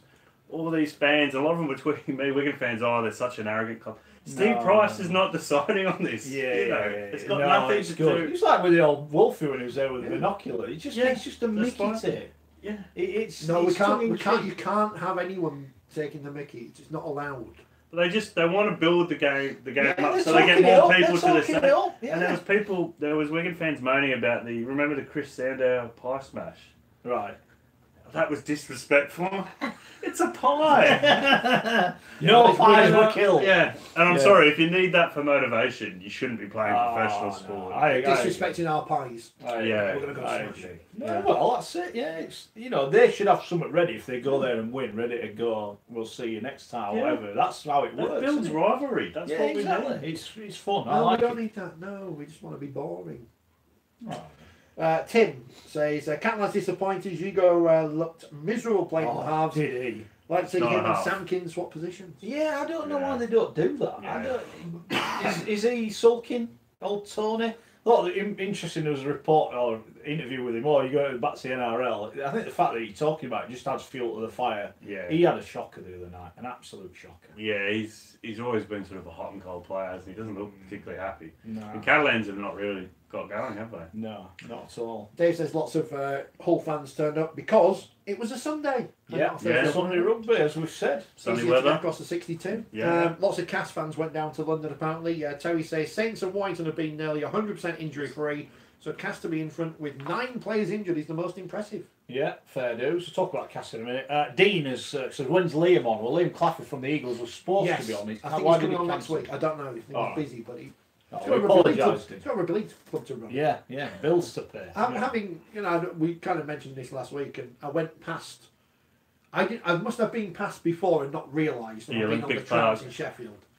And for anyone at a club who has a ground given to them to moan, when Sheffield played in a perfectly good facility which the council knocked down as part of the Olympic legacy to build virtually a pub pitch, for people to moan at that club shows a great lack of class. Well, we look forward to having him on next week because he must have one of the hardest jobs in rugby. Katie's asked the same question. He's going to be on next week. He couldn't make it. Simple as that. He volunteered to come on. We've not dragged him kicking and screaming, so hopefully he'll be on next week. It would be great to get an insight of someone that, they've not got a lot of resource off the field. It'd be great to see what he has to do every day. So we will have him on and we'll let you know as soon as he's coming on. Andy said pie bashing, we love it. Andy's a big Warrington fan, of course. People saying about Keegan Hurst, he's surprised he didn't get a red. I mean, he didn't miss, did he? No. He didn't miss. So there you go. What is a red card these days? I don't know. Castleford, big winners at London. Much to my relief. Is this, do we think, a portent for what's going to happen to a lot of London games coming up? I think it is, but can I just point out the worst moustache since Gary Schofield 1983. Go on. Jake Truman. Yes. What is going on with that? I've got some gaffer tape. Or grow I've got some gaffer tape. I've got some gaffer tape. I've got some gaffer tape. If you're modelled on Gary Schofield, that's really worrying. He needs the ladies' classes next. The Dennis Taylor. Yeah. Dave says, what's the breaking news at 7? It's 7:31. Kano Lions. Kano Lions in Nigeria. Yeah. We're the biggest rugby league show in Nigeria. I don't know if these clubs exist. In Africa. They've got a website. No, they've got a website. I've been on it. Have you been on it? They've got 3 clubs already. No, kicking off in October. Apparently, Junior Sowell put in a shocking challenge at the weekend that should have seen a red card. I've not seen it. Have you seen it? Yeah. Was it as bad as everyone's saying? I think Steve says it was a shocker. I think he should have been at least a yellow. Well, he's not on the list. Yeah. He's not on the list. This is the pig blue. This week, Nathan Mason, London, grade A trip, 0 matches. You remember when you used to get sent off for tripping people? No, you just kick him. That's right, lads. Ratu Nalago, grade A contact with a match official, 0 match penalty noticed. Right. Thomas Luluai, grade A dangerous contact, 0 matches. Joel Tompkins, grade D, refer to tribunal. Question in integrity of match official. This is a quote apparently from Joel Tompkins, which I can't show you, but that's what apparently he said to the official. All right. So you can't say that. Yeah. Jason Battieri and Chris Wallace. Despite the expletives involved in that message, the one word that isn't expletive, if he hadn't said that, he wouldn't have got done with it. All right, That's the problem. As long as he doesn't say it to a barmaid, I'm reasonably happy. Okay. No, Sam Tompkins. He ran into the ref, didn't he, the other night? Did he? He did. He got That was He's got that four. was unfortunate. I mean, the ref didn't realise. He just basically shielded him. He was trying to make the cover tackle. I mean, yeah. I think that would have been pretty harsh if he'd been penalised for that. Fair enough. Dave's now getting told off because he said, I didn't realise it was that. And the listeners are getting stuck into him, which is good. That's fair. Yeah. What do you think it would be on this programme? We don't get trusted with doing cup draws or anything. We're not getting invited to anything anymore. No. We have been blackballed, haven't we? Yeah, that's why Phil's not in. He doesn't Phil's want to get trusted with us anymore. Phil's trying to distance himself from us for now, but he's back next week. Yeah. Oh, he better be all docking his pay. Officially, we are the biggest rugby league show in Nigeria. That's according to the Nigerian Rugby League. So that's good. Massive. Yeah. Yeah. He just killed someone on his bike. Just fallen off his bike, been run over by an articulated lorry. Taking over the world. Supposed to give him a warning. Not in this country like this. We're going to take over the world instead. Massive in Pyongyang. Say all the things I've said today about the things that were said about winners in this week on social media. I think I've got to. You've been building up for that. Haven't you? I've got to go to a game on Friday. One of these people might be there, but no. Just do what I do and just go sit in the press box. yeah. Or I'll do it at home. I'm gonna do go, it at home off the telly. Yeah, I'm going to go see my Horton anyway because he's the new host of Leeds. He is. He's the host It's all of about- Leeds. Yeah. I know. What a gig that is. All those people who think he's a Warrington fan, they're going to get that. Oh, I know. Mind you, I'm getting his cast off, so that's not too shit. bad. Oh, well done. And then you get mine, so it all works. Every time.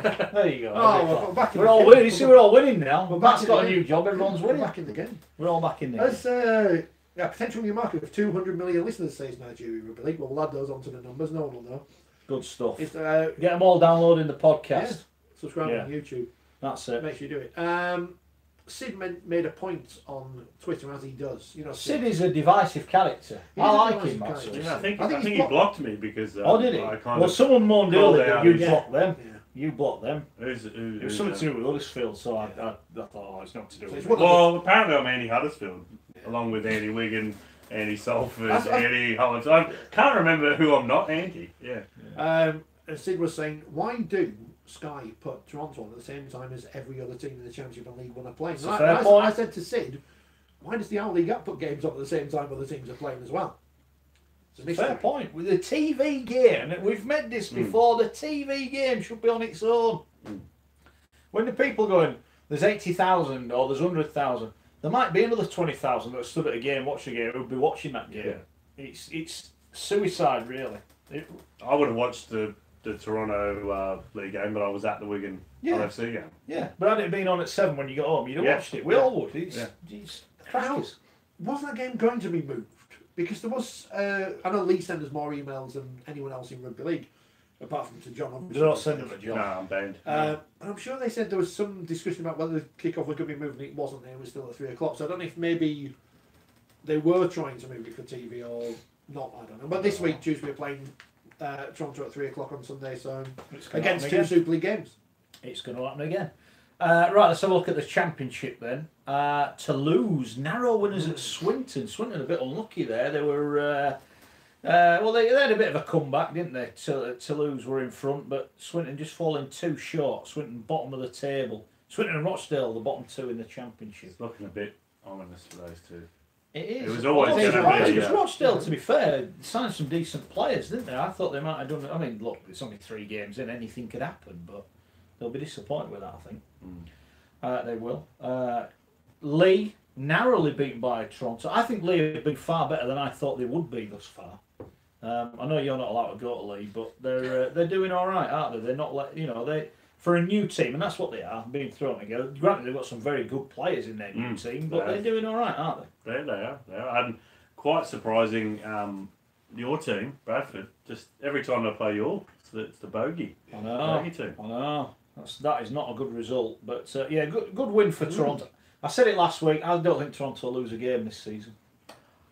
I think they will lose a game, but I think they'll be far. Particularly with Widnes' situation there, I can't really see anyone challenging them. I think Toulouse have started slowly, haven't they? Yeah, they've been a bit of a although 2 wins out of 2. I mean, you look now. I mean, we say this all the time, but there's a division within a division, and the 4 at the bottom of the Betfred Championship now are the 4 everyone would have picked. In fact, I'm going to say 5 because I'm going to include Dewsbury in there. well-run club, but they don't spend above their means. They're a well-run club. They just they are where they are in the standings. They're happy with that. They're fighting. You're probably punching above their weight. The bottom 5 after 4 games or 3 some are the bottom 5 you would have in that division. What's the point in them being in it? That's where they will finish. I guarantee that. That's where those 5 will finish. What's the point? come watch Rugby League. What's the point? No, but it's like they're not going to. How are they expected to beat teams that have got far more money with them? Then it's just Anthony Mullally and Ashton Sims were playing Super League, weren't they? And a lot of the John Wilkin, Ricky Latelli was playing in the NRL week in week out. Now he's playing against the field with a slope in front of 300 people. Exactly. He came across well on the telly because there was a bit of an atmosphere because Lee obviously hates Toronto. Yeah. No buses were harmed during the making of this match. No. 3,142. What away fans? Sandy. Yeah. So it'd have been 3,141, wouldn't it, if she hadn't gone? But again, it was. I can't remember if it was you who pointed this out, John, on Twitter to somebody who's banging them about the other day about away fans. I can't remember who it was. It was one of our cabal of people on our side of the Rugby League media. He was saying, don't be falling out with them. We like our side. We like the independent group we are. But we don't, Someone said we are like the Labour Party. That's why Scully and Phil have buggered off. That's why I was just going to interrupt Rich because I found myself agreeing with Rod Studd the other day. And I was a bit like, yeah, I know. Have you got any tablets? He's the Nick Clegg from that election a few years ago, isn't it? He was my local member, but anyway. 50 away fans apparently stay Sandy. Yeah, well, what's wrong with that? But it doesn't matter. This is the point we always keep saying. Why do Wakefield make the game against Catalans a game to get in the forces and the whatever, the nurses, the police? Because they knew it was probably going to be a smaller crowd, because 8's on telly, beats the Thursday night, sees the Catalans. So you make that game the one where you try and get a crowd in. Yeah. There's nothing wrong with that. You can't rely on away supporters. No. Because it's a fool's errand. You need to build a supporter base of your own.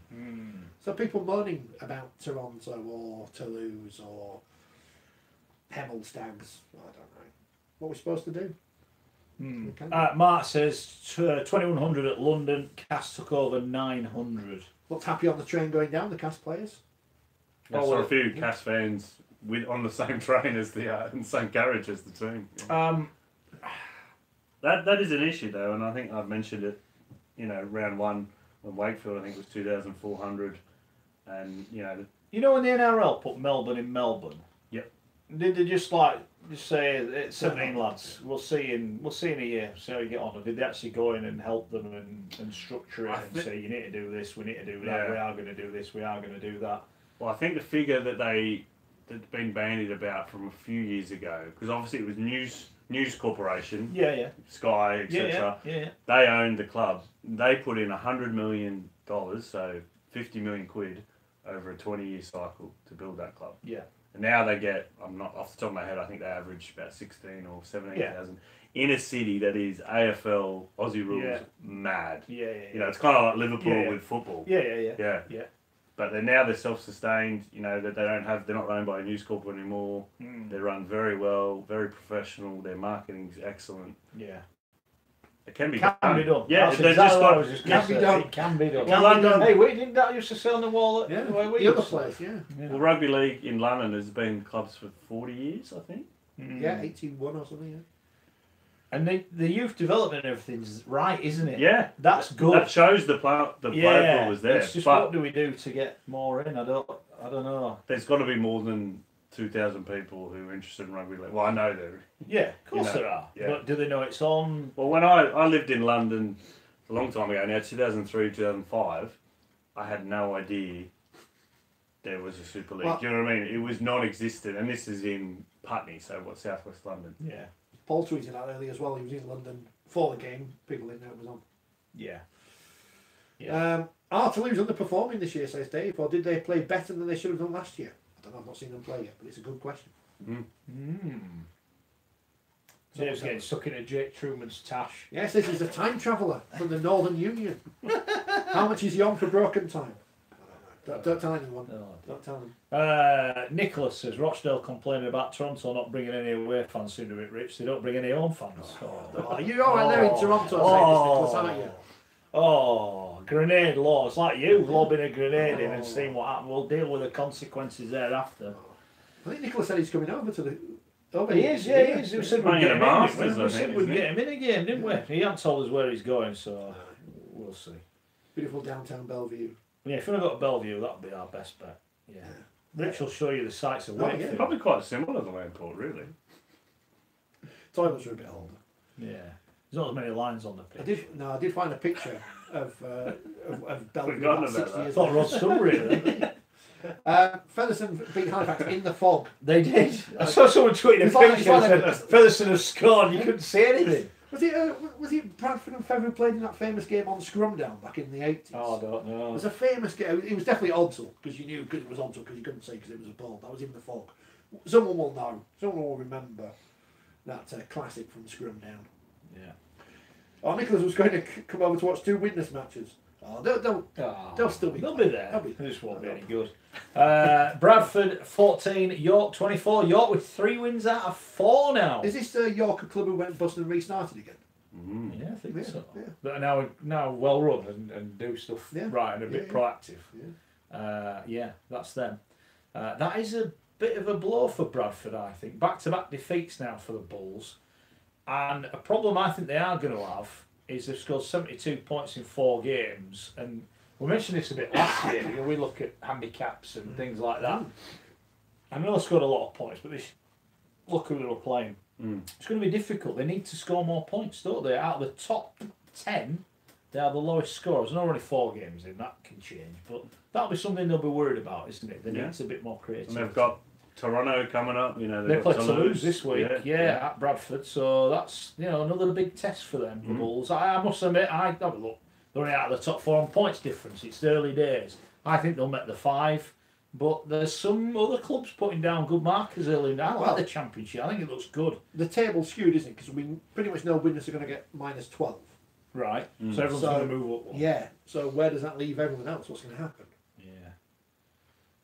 Yeah. Well, we'll go. We'll have a look. But I like it. Feather have done better than I thought. York certainly have. Sheffield obviously off to a blistering start. They play. Who do they play this week? Sheffield. Are they playing on Friday? They play. Yeah. Who haven't one winning 4 for Batley, so they'll. But it's a good division. Yeah, I like it. Fed might have a week off, man, because they're supposed to go winners. Yes. Toby says just a point on Marwan Kukash. Agree with him. The donations, I agree with him or not. The donations, they're very generous gifts from him. They are. I was just questioning the whole thing. Bradford beat Leeds 5-0 in thick fog in the late 80s. Might be that one. I don't know. It was definitely odds. What Bradford beat who? 5-0? Leeds. Oh, that's all right then. Yeah. That was when Leeds were rubbish and Bradford were not as rubbish. Yeah. Fair enough. League One, which is obviously the best division in the world, because Coventry 2 from 2 now. Bears. Wow. 2 from 2. The Bears The big kiss the badge. Newcastle Thunder, the league favourites. I know they've lost back-to-back games. The Thunder. Working in top of the pile, and the Bears. Well, what it does say, I mean, Scholars have only played once as of Hunslet, but other than that, everyone else has been beaten. So it's going to be quite tight, that division, isn't it? Quite tight. And it seems to be with Coventry, and I think you guys know that club a lot better than me, but they do recruit a lot of students, don't they? Yeah. They don't spend, Newcastle have brought in Missy Talapapa and Liam Finn, but Coventry really bring players through. I know Newcastle do, but they don't spend big on players, so it's fantastic. Hard for them. And as we said at the start of the programme, it's improving or increasing the player pool. Yeah. Some of these players may go on to be something, some may not, but it's better to have more players than not. Yeah. Good win for Hunslet at Doncaster. Doncaster had that good win last week, beaten at home, 20 points to 18. But I think that's a sign that division is going to be really tight this year. And the Scholars, 28-18 winners at West Wales. So gone are the days of West Wales getting absolutely I think they were leading that one at some point, I think. I don't know. They scored a try late on. I think they might have been. For a while. The Scholars scored on 57, 62 and 72. So yeah, they will have been. I was following the score on Twitter, and it seemed like it was a close game. And you can tell the people tweeting for West Wales were desperate to get that first win. Oh, it's so hard when they get a win. Oh, we all want it to happen. Yeah, fair enough. We support everyone. We want everyone to be successful. Not everyone can be successful. It's sport. Not everyone can win. They do. It's not school sports day. No. We all get a badge at the end and say, "Well done, everybody. Haven't we done well?" Yeah. No, people think It's life. It is. We better do our predictions this week. Yeah. Has a legend done his in the paper, or is it I don't know. on social media? I'm have to get it from Matt. Do we have to go? 7. Well, I forgot to do that last week because having promised I would have stuck Lane Goodman up. I'll pop his head up this week. Right. We shall start then with our. So feel free to tweet yours in as well. Feel free to tweet yours in. What we should do is, because the legend is blobbed today because he's ill apparently, having overindulged at Odsel yesterday. That's what I've been told. We should let the listeners do his predictions. That's what we should do. Well. The listeners can do his. You have overtaken him in the league, by the way. Right. What's the standing? Well, I'm on 46. You're on 42. So you got spot on the Salford tip. So you was on Salford by 2. I went for bloody Catalan though, didn't I, last week? Yeah. You're on the tip, and I went for Waking. Madness. And and this goes on 41. Alright, very good. Right, John, Salford against St Helens. Both teams on 6 points, so the winner will be top of the Super League on Thursday night. Who's it going to be? I think it's going to be a lot closer when they played last time when St Helens won by put 60 on them. Yeah. But no, I think St Helens just looked far too good. I think them by 12. I think they're really moved on from last year. Alex Walmsley, such a boost to have him back. Those 2 tries. Well, I think that was the argument against them at the end of last year was that their forward pack might have been a bit too small or overpowered. But you put Walmsley back in there. I think St Helens for me. Well, Jeff has messaged in. He's gone for Saints. Saints by how many, Jeff? And you can pick for Gary. So you're going there. What are you going, Rich? Salford Saints. I'm going to go Saints as well. I do think it'd be very close.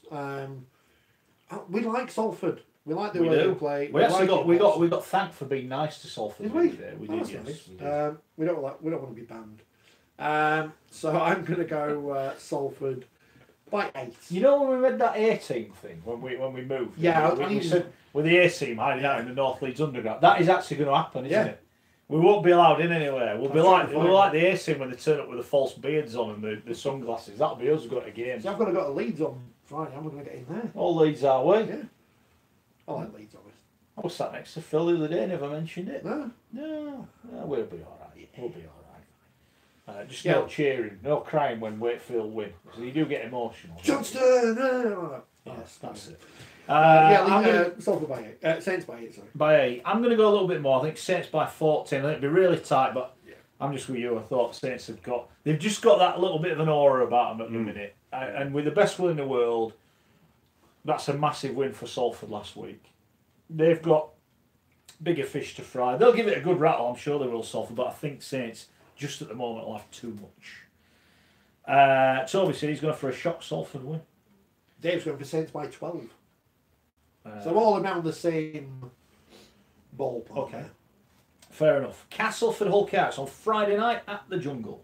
Castleford have been really, really impressive. I think, I didn't think with Luke Gale not being there, they'd struggle a bit, but they've undefeated, looking very, very good. Smashed London. I think beat Hull KR by 10. 10. I think Hull KR, they're a good team, but I think Cass at home, they've got a bit of a momentum about them as well. I've gone by a bit more. I've gone Cass by 16. I think they're just a few more scores better than Hull KR at the moment. At home, yes, I know they've got their injury problems, but obviously Jet Jim was Tash. If someone at Cash... The new Scully. Well, they need to get T-shirts with it on, don't they? And get them sold in the club shops, right while the iron's hot, as we say. Yeah. So, Cass by 16. Well, Karen has gone Cass 20, Luke's Cass 22, Mark Cass by 14, another Mark Cass by 18. I'm going to go Cass by 36. I think this could be a tucking up this week. It's a Scully type prediction. No, look, it's not nothing. Hull KR will win the majority of their points at home. On the travels, I'm not as convinced. That's a bad defeat for them last week. Being up 22 to 8. Yeah, that's a bad defeat. I could be miles out with that. I've just got a feeling Cass might. they won by 40, granted against London, but London pushed Hull KR close the week before. Yeah. And Castlemaine looked quite. I almost felt casting out our second gear, if I'm brutally honest. Yeah. I just think at home, weather's pretty good this week. Might be wrong. Cast 30. What is it? 36? 36. Yeah, I'll go for that. Leeds against Wakefield.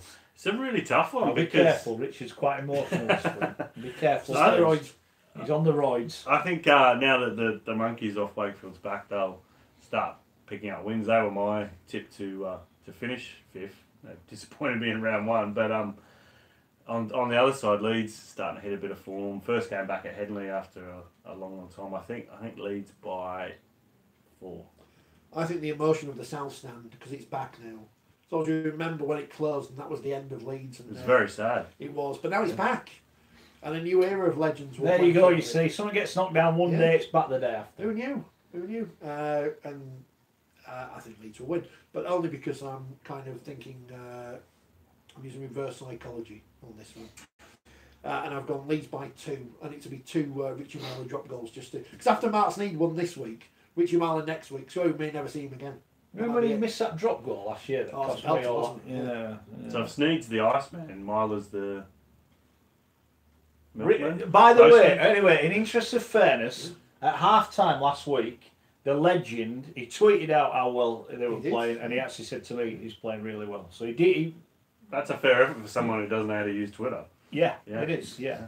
But he got a Gmail about it. It's all right. David said Leeds by 19. Mark says Wakey by 12. The other Mark says Wakey by 8. Andy said Leeds by 12. Wakey by 12, says Dave. That's the call. I've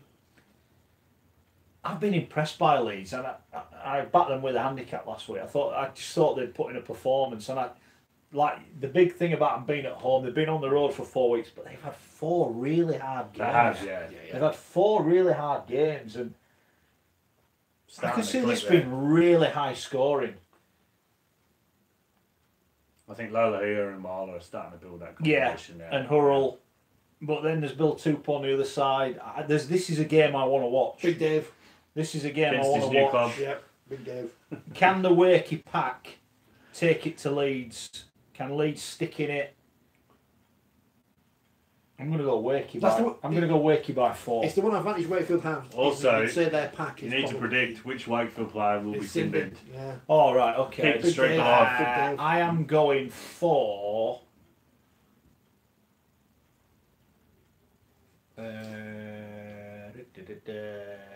Ben Jones Bishop. Sin bin for holding down. Who are you going for? Big Dave. Big Dave. Because he's the hero of the Wakefield fans anyway. New Hampshire. Yeah. Okay.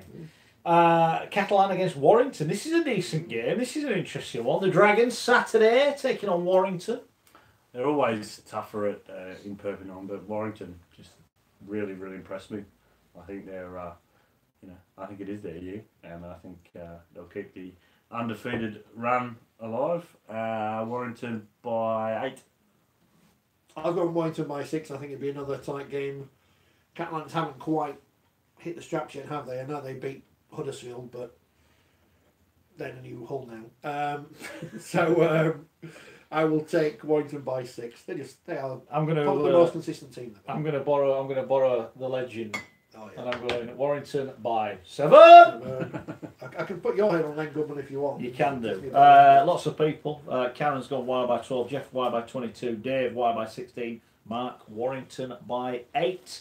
And Luke says Y by 18. Benny is back. Another Mark says Y by 8 at 10. So everyone's going for them. Andy's invited Nicholas to Warrington if he can't go to Widnes to watch a game. I think Nicholas is bringing his whole family. So that could be an expensive offer from Andy. But hey, I'm sure we'll take care of him one way or another. I thought Luke meant Ben Westman. It might be Ben Curry's back. I didn't realise he was so close to coming back. To Toby, so that'd be a big boost. That'll be a good one. Well, they're playing already, and then you add him to the mix. He's a good player. He's a good player. Right, we go on to Sunday. Huddersfield against the informed Hull FC. Go on, Hull! Oh, faithful. I think the black and whites are back. Yep. They're back. They impressed me. What, like Roland Rat? I'm back. No, this rubbish. Tom's got no idea. I've got no idea what you're talking about. The saviour of British television in the 80s. Yeah, no idea. No, I was impressed with them on Sunday. I think that'll give them a huge amount of confidence that they've slayed the King Kong on their back, and Huddersfield just quite average. Graham, Jeff, Karen all going Hull. Yeah, I think Hull by 12. 12. I've gone by 6 again, but I may be made to look foolish here because I think Hull. I know I said last week they ain't no good, but they weren't no good, and then Gareth Ellis turned up, and then they were good, and they beat Wigan. The saviour. And Huddersfield are rubbish. So apologies for Hull fans, but yeah, Hull by 6, probably more. Yeah, I'd go Hull by 10. Much to the delight of my Wakefield fans. We'll upset all the Huddersfield fans who we upset the other week by saying they'd lose at Catalans and then they lost at Catalans. Yeah, I know. It's like people go, oh, they're all against us, written us off already. We get asked to pick a team who we think's going to win. You two are very anti-Huddersfield on that. It's like a 50-50 choice. I've been threatened with violence by people who work for I've hated them since they merged with Sheffield, in fairness. Stay classy. Yeah, Huddersfield Giants. Well, look, they've lost 3 out of 3, you know. And finally, London against Wigan. Can Wigan finally get off 0? Well, you were talking about the hard run that Leeds have had. So Wigan have played St Helens, Leeds, the Roosters, and Hull. Yeah. So I think they will be. Is that in London? In London. Well, they go there every year to play the Scholars, don't they? To have the little jaunt down in the city. Andy said London by 6 with due one, he says. They due one, but no, I think he's been described as a big relegation game all night. So I think Wigan by it is a relegation playoff at the moment. Yeah, along with them with Huddersfield. Yeah. I think Wigan by 18. They'll win that one. I've got a bit more. I've gone by 24, similar to Cass on Saturday. I think when you look back, and I generally watch the highlights of that game because I was working, but Cass looked like they didn't necessarily need to step out of first or second gear. I think Wigan might be able to do the same thing. And again, it's no knock on London because we like London, but Wigan are the champions and they're the team who came up for the £1 million game. So I feel like we have to justify everything because everyone thinks we hate everyone. Well, just sod them. What are you going for? Wigan by 24. Right, okay. I think it'd be a bit tighter than that. I think London will put up a good I think these are the games when London get up. No disrespect to Cass, which will be great support. I think these are the games the players will be wanting to prove themselves in. Jared Sam up against his former club. I'm going Wigan by 8. Yeah, I think, does that conclude the draw? It does, and that's it. That'll be up on social media, so you can all retweet it when we've got everything wrong. Yeah. All the London fans. Funny, no one ever messages in when we get them right, but that's life. That's life. Thank you to you for listening. Thanks to everyone that shared. Thanks for subscribing if you have done on YouTube. Please share it. Let us people know we're here. More and more you're watching, listening every week. And download the old podcast because where is it? We're big this week. Burkina Faso or somewhere like that? Switzerland again this week. All right, yeah, we're big in Switzerland. They know what they're doing, them Swiss lads. Make sure you join them. Thanks to John as ever. We reportedly next week we'll have a full squad available. It's going to be interesting who gets left out. Might be Shaw Wright. Rumours has it he's going to fail a drug test. We'll see. Sadly, it's not a performance enhancing one, but never mind. We will be back next week. Thanks to everyone for watching. We'll see you next week.